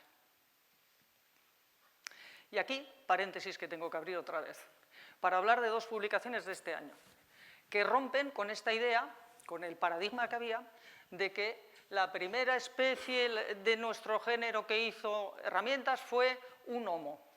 Y lo rompe porque este año, en mayo, se ha publicado el hallazgo con una datación de 3,3 millones de años de esto. Y estos son unas herramientas de piedra cuyo análisis tafonómico indica que están talladas, pero no están talladas como las soldubayenses. Las soldubayenses se tallan a mano libre, se coge la piedra y se talla en la mano libre. Estas están talladas sobre yunque, pero están talladas. Son de un tamaño mayor también que las soldubayenses, similar al que utilizan los chimpancés. Y desde luego lo que plantea es una pregunta que no teníamos hasta ahora. No conocemos ni un solo homo de semejante datación. Todo lo que conocemos con estas dataciones son Australopithecus. Y la pregunta que surge, por tanto, es, ¿los Australopithecus eran capaces de construir herramientas? Pues en enero se había publicado un trabajo en Science que había analizado por medio de ordenador y las reconstrucciones una mano bastante completa de Australopithecus, y lo que demostraba, desde luego, es que tenía una capacidad de manipulación totalmente capaz de hacer herramientas. O sea, su mano podía hacer herramientas. Entonces, aquí se abre la pregunta esta, ¿no?, de si realmente los Australopithecus fueron quienes hicieron las primeras herramientas. Pero no menos interesante es preguntarse para qué se usaron estas herramientas. Y aquí, pues, recupero un artículo que se había publicado en el 2010 en Nature y que pasó un poco sin pena ni gloria. Y la poca gloria que tuvo fue de críticas que recibió, porque fue el descubrimiento en Etiopía, otra vez, de huesos de grandes herbívoros que tenían una serie de marcas, algunas de supuesto corte por herramienta lítica y otras de golpeo para acceder al tuétano interno, y que los investigadores decían, esto es una muestra ineludible de que aquí ha habido un aprovechamiento de tejido animal con herramientas de piedra. No se aceptó, pero ahora ya tenemos de la misma datación las herramientas de piedra del Omenki, con lo cual no podemos obviar el escenario de que los Australopithecus fueran los primeros en hacer herramientas, que las utilizaran para obtener tejido animal, aunque lo que todo el mundo está de acuerdo es que este desarrollo de la cultura como estrategia está bien ya desarrollado a partir de Homo habilis. Esto puede ser el inicio de esta estrategia, pero esto es algo nuevo que hasta este año no sabíamos. Volviendo al Homo habilis, a esta supuesta primera especie, ¿qué sabemos de su esqueleto? Pues muy poca cosa, se han encontrado muy pocas cosas, y lo poco que se ha encontrado es inesperado, en el sentido siguiente. Este es OH, ya estamos otra vez en Olduvai, ¿no? OH62. Este es un esqueleto que se calificó como Homo habilis por las características de su mandíbula, pero tenemos restos del brazo, este es el húmero, cúbito radio, y parte del fémur y de la tibia. Y esto nos permite calcular cuál era la relación entre la longitud del brazo y la longitud de la pierna de este Homo habilis. Y para nuestra sorpresa, pues resulta que tiene una relación muy similar a la de un chimpancé. Tiene unos brazos larguísimos, casi del mismo longitud que la pierna. Mucho más, desde luego, no solo ya que nosotros, sino incluso que los Australopithecus afarensis, que eran 2 millones más antiguos que ellos. Y esto era inesperado porque, si recuerdan, el esqueleto que hemos visto antes de Homo erectus solamente era 200.000 años más joven que este, y era totalmente moderno. Y esto lo que nos indica es que es un bípedo, pero todavía arborícola. Cosas raras, digamos, que empiezan a aparecer con el Homo habilis. Y para complejizar un poquito más el asunto del Homo habilis, en el yacimiento en el cual aparecieron más restos, que es el yacimiento de Kobi Fora en África, pues había demasiada variación como para que aquello fuese una sola especie. Y Bernard Wood, el paleoantropólogo británico, en 1992, coge todo el material, lo reanaliza y dice, aquí hay dos especies, no solo una. Una sería el Homo habilis, que todos habían hablado, pero otra es lo que él propuso como nombre Homo rudolfensis, que sería el 1470 y los parecidos a él, que son formas con una capacidad craneal un poquito más grande y una cara distinta, porque es una cara más plana, más ancha que esta de aquí, que los Homo habilis. Es decir, habría diversidad taxonómica al inicio de Homo. La propuesta de Bernard Wood no la aceptaron la mayoría de la gente, ha estado muy discutida durante muchos años y 20 años después, en el mismo yacimiento, en Covey Fora, Miff Leakey, la que estaba antes ahí puesta de representante de Homo sapiens y colaboradores, encontraron una cara y dos mandíbulas. Esta cara es muy parecida a la de 1470 que hemos visto antes, y este descubrimiento refuerza totalmente la idea de la existencia de dos especies al inicio, Homo habilis y Homo rudolfensis, porque esto también sería Homo rudolfensis. Cuando El País da la noticia, en la cual se ve aquí a Miff Leakey y a Frank Spur excavando, titula la noticia «Nuestros tatarabuelos eran tres». Las tres especies que vivirían al mismo tiempo en el mismo sitio en África serían, por lo tanto, Homo habilis, Homo rudolfensis y Homo erectus. O sea que ya no teníamos una, sino tres. Y me ha parecido conveniente traer aquí el comentario de Ignacio Martínez, que es uno de los excavadores de Atapuerca, al respecto de este descubrimiento, que dijo que en el origen del género Homo ahora vemos que hay mucha más diversidad de lo que algunos pensaban. Pero esto, sin embargo, es algo muy común en otros animales, dice. Y así, como conclusión, dice, nuestra evolución, una vez más, no es nada especial. Evolucionamos igual que el resto de linajes de animales. Así que ahora voy a hacer un resumen de qué he dicho hasta ahora, que sería qué sabíamos hace un año. Hace un año sabíamos que los primeros homos se distinguían de sus ancestros, Australopithecus, en morfología, primero porque tenían caras y dientes más pequeños, disminución del tamaño de caras y dientes y aumento del cerebro y del cuerpo. Y en comportamiento y ecología se distinguen de los Australopithecus en que descubren las herramientas y eso les permite una ampliación de la dieta y una ampliación de la recolección de la carne que aumenta la supervivencia del grupo. Y en lo que tiene que ver con la taxonomía, con las especies, pues sabemos que hay dos linajes en el inicio, Homo habilis y Homo rudolfensis. A partir de los 2 millones de años parece bastante claro. Pero las dos preguntas que surgen es, en el origen del género, ¿qué? ¿Cuál es el origen? Y ¿quién de ellos es el antecesor de Homo erectus? Homo erectus, como recuerdo que es la especie que sale de África y que va a dar lugar a todos los demás. ¿Quién es el ancestro de estos? Para poder contestar a esto, pues evidentemente este momento entre los 2-3 millones de años es fundamental. Y de aquí lo único que conocíamos hace un año era aquella mandíbula de... Jesús, me he enrollado demasiado. Gracias, Iñaki. Me está avisando que me quedan 5 minutos, pues que no pase nada. Voy a tirar rápido, entonces. Para presentaros todo lo de este año.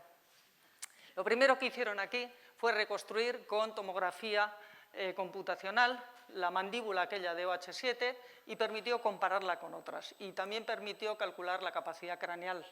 Y lo que vieron fue dos sorpresas. Primero, que era una mandíbula mucho más primitiva de lo que se pensaba. Se parecía a Australopithecus afarensis y no a lo que se había descrito como Homo habilis.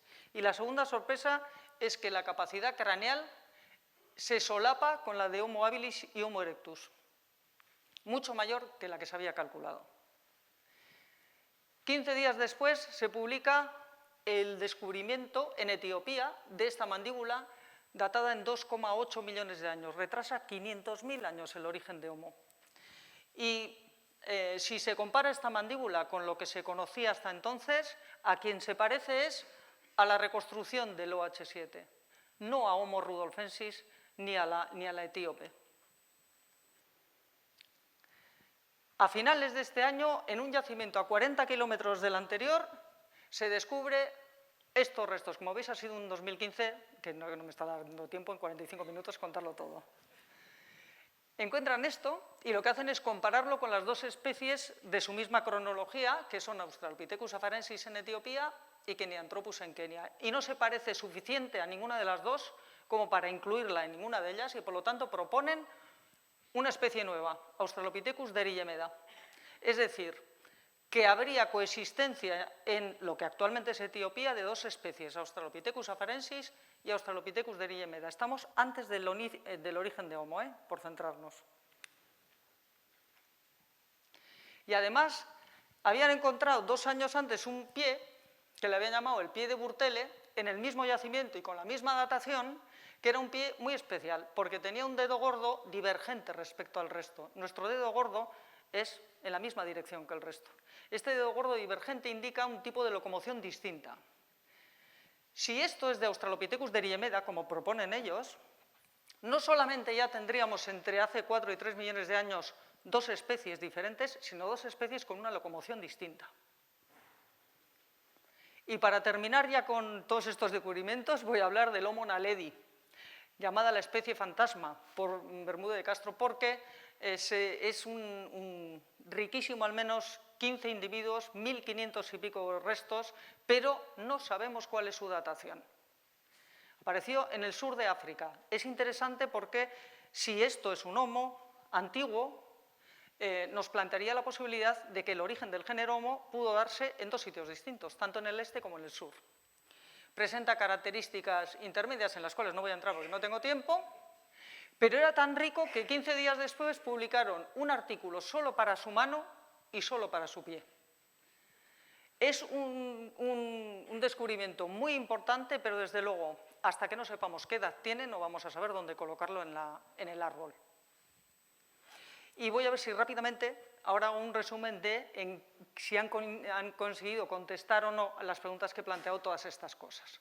Respecto a quién fue la especie antecesora del género Homo, los descubrimientos han eliminado a 2. Australopithecus sediva, porque ya es demasiado joven como para ser ancestra de esto. Australopithecus gari, porque tiene unos dientes demasiado robustos como para ser ancestro de esto, y entonces estábamos encantadas porque nos quedábamos con Australopithecus afarensis. Pero resulta que ha llegado una nueva invitada a la fiesta, que es Australopithecus deriyemeda, y ahora se nos ha complicado el asunto. ¿Cuántas especies forman el género Homo? Pues estamos bastante seguros que entre 2 y 1 millón de años había 3. Homo habilis, Homo rudolfensis y Homo erectus. Pero aquí, ¿qué? Y aquí los nuevos descubrimientos pues, han aclarado algunas cosas y han planteado otras preguntas, como pasa siempre. Hasta el año pasado pensábamos que el Homo habilis era descendiente del de Etiopía, pero cuando se ha hecho la reconstrucción de este, resulta que este es mucho más primitivo que este de aspecto, y entonces no parece que pueda ser su descendiente. Y esto nos lleva a la siguiente conclusión, que aquí había 2 linajes desde el inicio. Y además que a este hay que cambiarle el nombre, porque ya no puede ser Homo habilis. Homo habilis se queda con el nombre. Este habrá que cambiarle y habrá que ponerle otra cosa. Este fósil que se descubrió en Etiopía de 2,8 parece que sí que se parece mucho a este, puede ser el ancestro de Homo habilis, pero no sabemos si es el ancestro de los demás. Australopithecus afarensis parece que es el ancestro del de Ledi Geraru y por lo tanto aquí estableceríamos una línea bastante buena. ¿Pero qué hacemos con Australopithecus deriyemeda? Pues no tenemos ni idea. Y por hacer el dibujo general que tenemos hoy, aquí en este momento, pues digamos que se han aclarado 2 cosas. Uno, que al inicio de Homo hay bastante diversidad, diferentes especies, pero que además hay diversidad también antes del origen de Homo. Se ha aclarado bastante que el origen de Homo habilis es profundo y seguramente viene de Australopithecus afarensis, pero desde luego de dónde viene Homo erectus no está nada claro. No parece que venga de Homo habilis porque hemos dicho que la reconstrucción dice que es muy primitivo y este es más moderno, pero nos quedaría entonces este. Pero es que si veis, las dataciones son muy similares y esto no está muy claro. Entonces, para hacer Bueno, y luego qué decir de Homo naledi y de la cultura esta, que no sabemos ni quién la ha hecho ni nada que se le parezca. Entonces, para resumir, pues voy a utilizar las palabras de Daniel Lieberman, de la Universidad de Harvard, que dice que la pregunta que tenemos todos en la cabeza es ¿qué ocurrió en el origen de la transición de Homo? Y que, desde luego, si somos honestos, lo que tenemos que decir es que no tenemos ni idea. Todavía no tenemos ni idea. Entonces, ¿me quedan 2 minutos, Iñaki? Sí. Para plantear solamente, porque hay que dar un esto de optimismo, ¿por dónde vamos a responder las preguntas, no? ¿Por dónde van a venir las respuestas a estas preguntas? Desde luego descubriendo nuevos fósiles, que son la información directa, pero luego también con las nuevas técnicas de análisis, sobre todo, de los restos fósiles. Esto es algo que no se podía hacer. Neandertales y denisovanos, que en este momento, y cima de los huesos que hemos analizado su DNA, era algo que hasta hace 5 años era imposible. Y esto ha permitido cambiar la idea que había, por ejemplo, de lo que ha pasado en Europa. Cuando entran los modernos se decía no se habían cruzado con los neandertales ni con nadie. Hoy en día, mirad, se ha cambiado la idea que Svante Paavo, el director de genética del Instituto Max Planck de Antropología Evolutiva, para describir la situación, dice en el 2014, somos una mezcla de retales de todos nuestros antepasados. Se han dado muchos cruces. Y solo ya os voy a poner una más, me vais a permitir que os ponga una. Y ya me callo. Que es un ejemplo, quizá voy a coger este. Un ejemplo de los estudios que se están haciendo para saber cuáles son los genes específicos del linaje humano. Lo que se hace es comparar secuencias reguladoras de funcionamiento de otros genes en chimpancés y en humanos, ver cuáles son las más distintas entre sí y luego ver su función fabricando ratones transgénicos.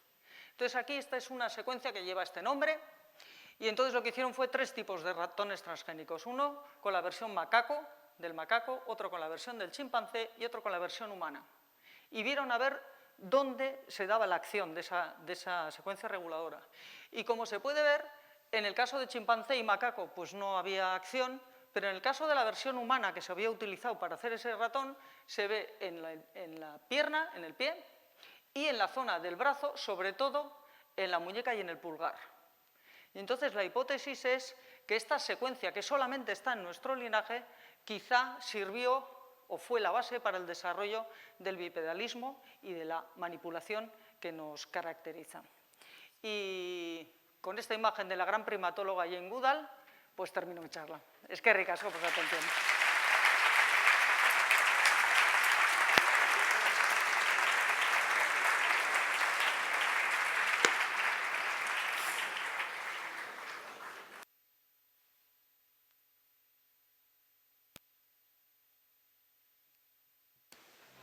A ver, muchas gracias a los conferenciantes. Y ahora, si les parece, empezamos el periodo de preguntas y les voy a pedir que las preguntas vayan al grano y ellos responderán, que no haya, digamos, ponencias alternativas, por favor.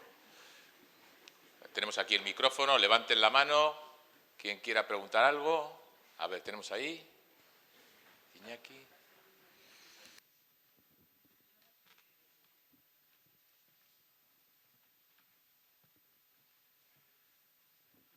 Buenas tardes. Hace poco salió un artículo en El Correo diciendo que la evolución de las especies, los que empezaban a comer carne, desarrollaban el cerebro antes que los herbívoros. ¿Qué pensáis de ello? Soy el autor de la historia. Y no decía eso, lo que decía es... Lo que decían los expertos, José María Bermúdez de Castro y otros expertos, es que el consumo de carne nos proporcionó la energía necesaria para que nuestro cerebro se desarrolle.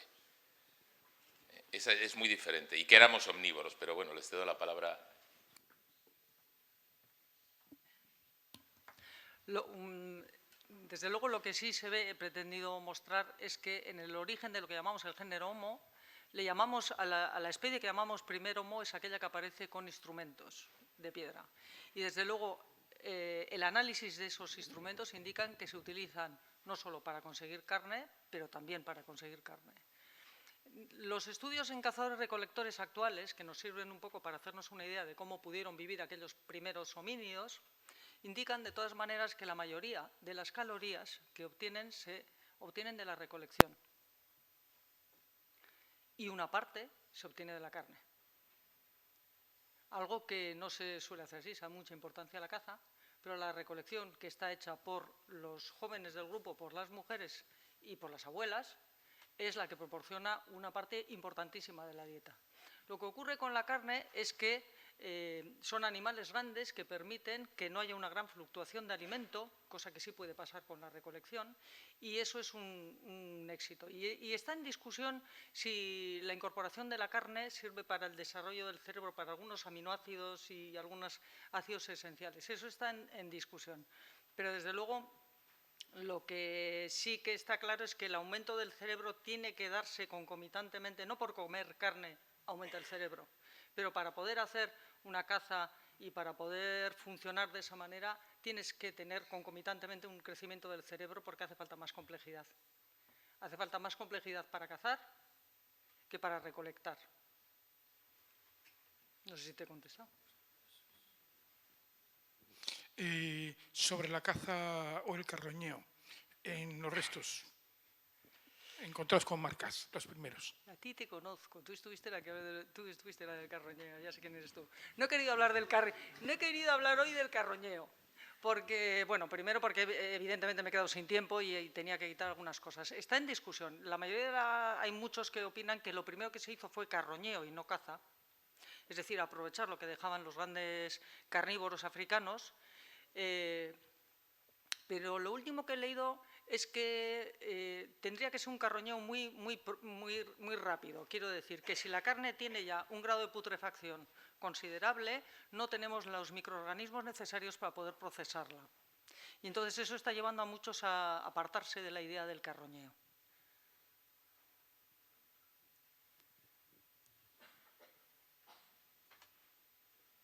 ¿Más preguntas?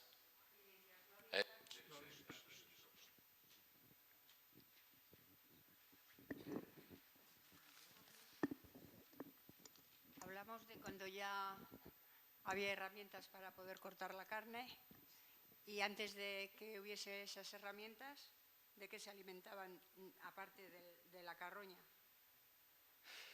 Antes de que hubiese herramientas se alimentaban. El tipo de alimentación era muy de los Australopithecus, que son los anteriores a Homo.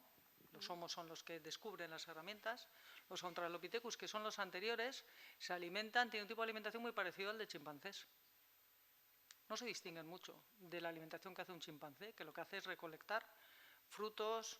Quizá sí que utilizarían algo distinto, aunque también lo hacen los chimpancés, que sería buscar tubérculos con palos, por ejemplo. Los tubérculos son algo muy nutritivo, pero los chimpancés también lo hacen. O sea que no se distinguiría mucho el tipo de dieta del de un chimpancé.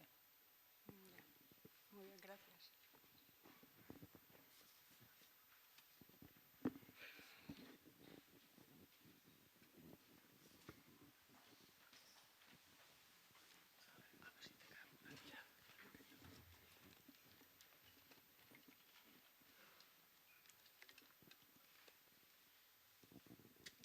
Es referente a las pinturas que aparecen en las cuevas. ¿Qué iluminación empleaban para ver? Bien, es una buena pregunta, porque claro, en muchas ocasiones la decoración se encuentra en zonas muy profundas. Necesitas una iluminación, incluso algunos sistemas para progresar dentro de la cueva. Se han encontrado lámparas sobre plaquetas, con restos de carbón, que se utilizaban para iluminarse. No sabemos exactamente qué componentes se utilizaban. Se ha planteado pues, cera de abeja, por supuesto carbón vegetal, pero desde luego sí que precisa una cierta coordinación previa, porque bueno, pues, hay algunas cuevas en las que el arte se encuentra, por ejemplo, en la cueva de la Cuyalbera, en Ramales de la Victoria, en Cantabria. Las pinturas están a 800 metros de profundidad. Te tienes que asegurar muy bien que llevas todo lo que requieres para iluminarte, realizar ese arte y poder salir de la cueva, porque quedarte a ciegas en una cueva a 800 metros de profundidad, pues yo creo que es sinónimo de que ahí te quedas. Entonces sí que tendría que tener sistemas de iluminación portátiles, e incluso hay cuevas como la cueva de Nerja en Málaga o la cueva de Ardales también en Málaga, en la que se han encontrado oquedades realizadas en estalactitas, en formaciones de la cueva, que han sido horadadas y que se han hecho excavaciones, microexcavaciones, y hay diferentes niveles de carbones que implican una reutilización de esos lugares como puntos de luz. Y además lo curioso es que, por ejemplo, en el caso de Nerja, están en sitios totalmente estratégicos. El acceso a las galerías altas que están decoradas es un acceso muy peligroso. Hoy en día lo realizamos con cuerdas, con material espeleológico, para no resbalarnos y rompernos una pierna, y en esos puntos, en los puntos más complicados del paso, tenemos ese tipo de lámparas estáticas. Es decir, todo eso obviamente estaba muy pensado con anterioridad. No eran incursiones, digamos, poco fortuitas en esos lugares.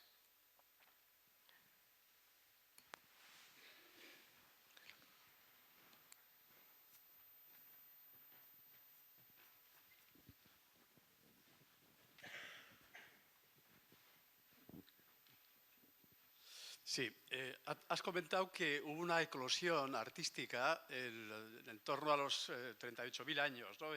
en Europa, pero quiero recordar que ha habido imágenes también de Australia, donde más o menos a las mismas fechas hay unas representaciones similares, no sé si tan figurativas, pero también de alto valor artístico, ¿no? Me ha parecido ver. Sí, bueno, el tema de Australia es que tenemos una prueba clara, evidente, de hace 28.000 años. Un fragmento desplazado de la pared y encontrado en sedimento arqueológico. Hemos visto otra imagen de un emú gigante extinto. El debate es, claro, esas pinturas están datadas por lo que llamamos bioarqueología. Se piensa que esos emús desaparecieron hace en torno a unos 40.000 años, y entonces obviamente las pinturas no podrían ser posteriores. El problema es que existe un debate sobre si esos emús desaparecieron hace 40.000 años o en periodos más recientes. Hay otras cuevas, hay otros abrigos al aire libre en Australia, con dataciones antiguas, que bueno, no he podido presentar todo, obviamente, ha sido una selección, pero los datos no son los rigurosos que debieran de ser, ¿no? De hecho, bueno, como hemos visto, el dato más contrastable es cuando tenemos la pieza en estratigrafía arqueológica, ¿no? Porque está sellado, pertenece a un nivel arqueológico concreto, y si puedes datar mediante carbono 14, claro, tenemos que tener en cuenta que el carbono 14 te permite datar hasta hace unos 40.000 años, de ahí hacia atrás no es útil, entonces tienes que recurrir a otros sistemas de datación que pueden ser en algunos casos más difíciles de aplicar. Entonces, bueno, por ahora en Europa sí que tenemos muchos testimonios de ese momento, y en Australia parece que hay cosas de una época también bastante antigua. De hecho, las figuras que hemos visto, la mano y esa figura animal, una especie de cerdo de Indonesia, está dando dataciones igual de antiguas que las más antiguas de Europa, ¿no? O sea, serían contemporáneas. O sea que creo que has comentado que parece que el origen puede estar ya desde África, o sea que el arte, esa eclosión de capacidad artística puede venir desde el origen, que es África, ¿no? O sea que se traslada, porque son líneas distintas, me ha parecido entender, ¿no? Eso es. El tema es, si hay un solo origen, ese origen debería estar en África.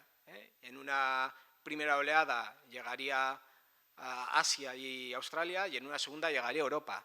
Pero quizás el arte tuvo diferentes orígenes, ¿no? Un origen de esas poblaciones que se desplazan hacia el extremo oriente,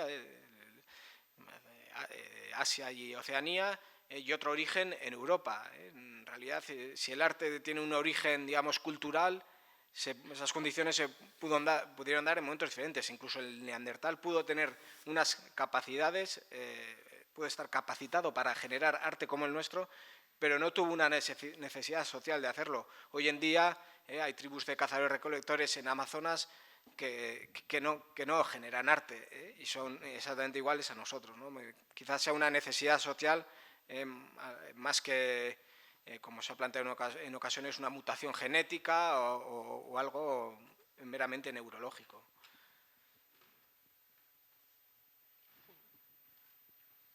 Última pregunta ya, porque tenemos que ir Última pregunta. terminando. Y ya.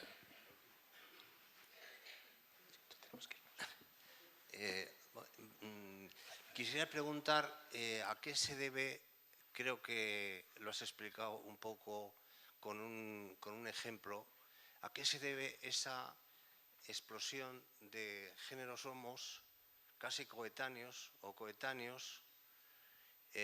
Incluso yo lo recordaba esto porque cuando leí lo del Homo georgicus, al principio parecía como que era de otra especie y de repente te enteras que el Homo habilis tiene la misma edad que él. Uno está en Georgia y el otro está en Etiopía. ¿A qué se debe esta coetaneidad entre los homos? ¿O cómo se explica? Pues yo creo que en la antropología, igual que en el resto de cosas que hacen los seres humanos, hay modas. Y ha habido una época en la cual la moda era todo lo que aparecía se metía en las especies ya existentes. Y ahora estamos en un momento en el cual casi cada descubrimiento es una nueva especie. Yo creo que dentro de no mucho habrá algún congreso en el que los especialistas se juntarán, se pondrán en común todo lo que se sabe y habrá una reorganización de las especies, como ha habido en otras ocasiones congresos de este tipo.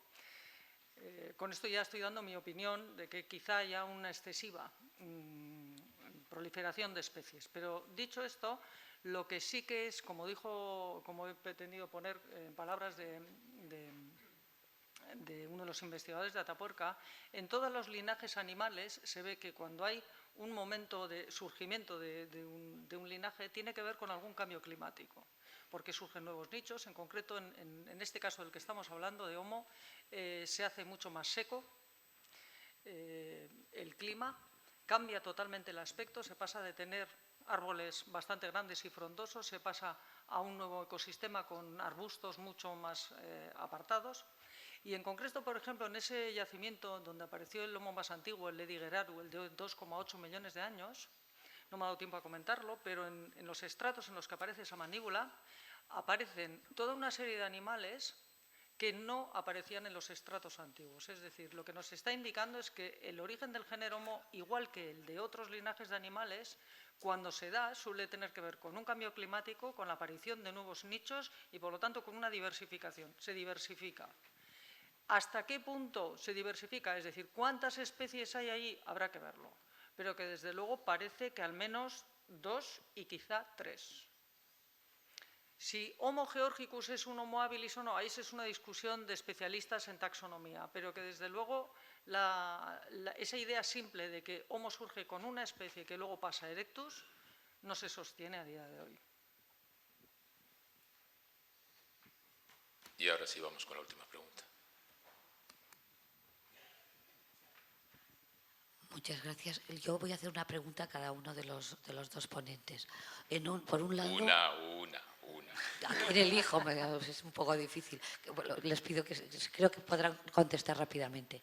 Una es en relación al arte prehistórico del centro del Mediterráneo, para saber si se sabe si procedía de la oleada de Europa que pasó al Mediterráneo o era de la de África que pasaba hacia Europa, por datación, si es posible saberlo.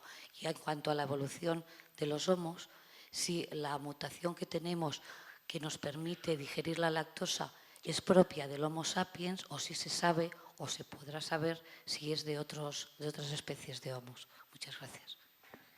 Bien, pues en el registro arqueológico del Cantábrico hacia el sur no tenemos ninguna evidencia de arte figurativo asociado a los auriñacienses, a esos primeros humanos modernos que llegan a Europa. Lo mismo sucede por el momento en la península itálica y en la zona de Grecia. Por lo tanto, todo el arte que tenemos está desde Centro Europa hasta el Cantábrico. Da la sensación que la vertiente que viene de Europa Oriental podría ser la que genera todo este arte. También es cierto que en esa zona precisamente de los Balcanes no hay cuevas decoradas, solamente tenemos Colihuaya en Rumanía, con esas dataciones tan antiguas. Entonces, bueno, pues es todavía, lo que está claro es que, por ejemplo, en la península ibérica, que el nivel de investigación es más o menos homogéneo en toda la península. Del Cantábrico, en la zona estrada cantábrica, no tenemos un arte tan antiguo. Por lo menos hasta el momento no hay ninguna datación, ninguna evidencia que nos permita encontrar un arte de más de 25.000 años. Entonces, bueno, no parece que las penínsulas, la península ibérica y itálica, fueran una zona de acceso de ese primer arte. Respecto a la lactosa es un ejemplo muy bonito de coevolución entre la biología y la cultura. Porque el Homo sapiens y todo el linaje humano, en principio, no puede digerir la lactosa después del destete. Cuando surge el Neolítico, es decir, cuando se inventa la ganadería y la agricultura, hay algunos grupos humanos que empiezan a vivir de eso, de la ganadería. Y se da una mutación que está muy bien estudiada. Además, hay 3 mutaciones distintas, una surge en África, otra surge en Asia y otra surge en Europa, que permite a las que lo sufren procesar esa lactosa en la edad adulta. Y es un ejemplo de cómo un avance cultural, en este caso la ganadería, promueve el desarrollo y el aumento de la frecuencia de una mutación que en otras circunstancias, si no hubiera habido ganadería, pues hubiera pasado sin pena ni gloria. Pero compete solamente al Homo sapiens y a los grupos de Homo sapiens que desarrollan la ganadería. Por eso esa mutación es súper abundante en el norte de Europa, que es donde llegan los grupos de ganaderos. Está poblada por los grupos de ganaderos de Homo sapiens. Estamos hablando a partir de los 10.000 años, que es cuando se inventa el Neolítico en la zona nuestra. Bueno, si quieres decir algo, Juan Ignacio. No, yo creo que nos podemos despedir agradeciendo la presencia de todos los que habéis venido y sobre todo de los conferenciantes, porque ha estado muy bien una vez más. Así que hasta el año que viene.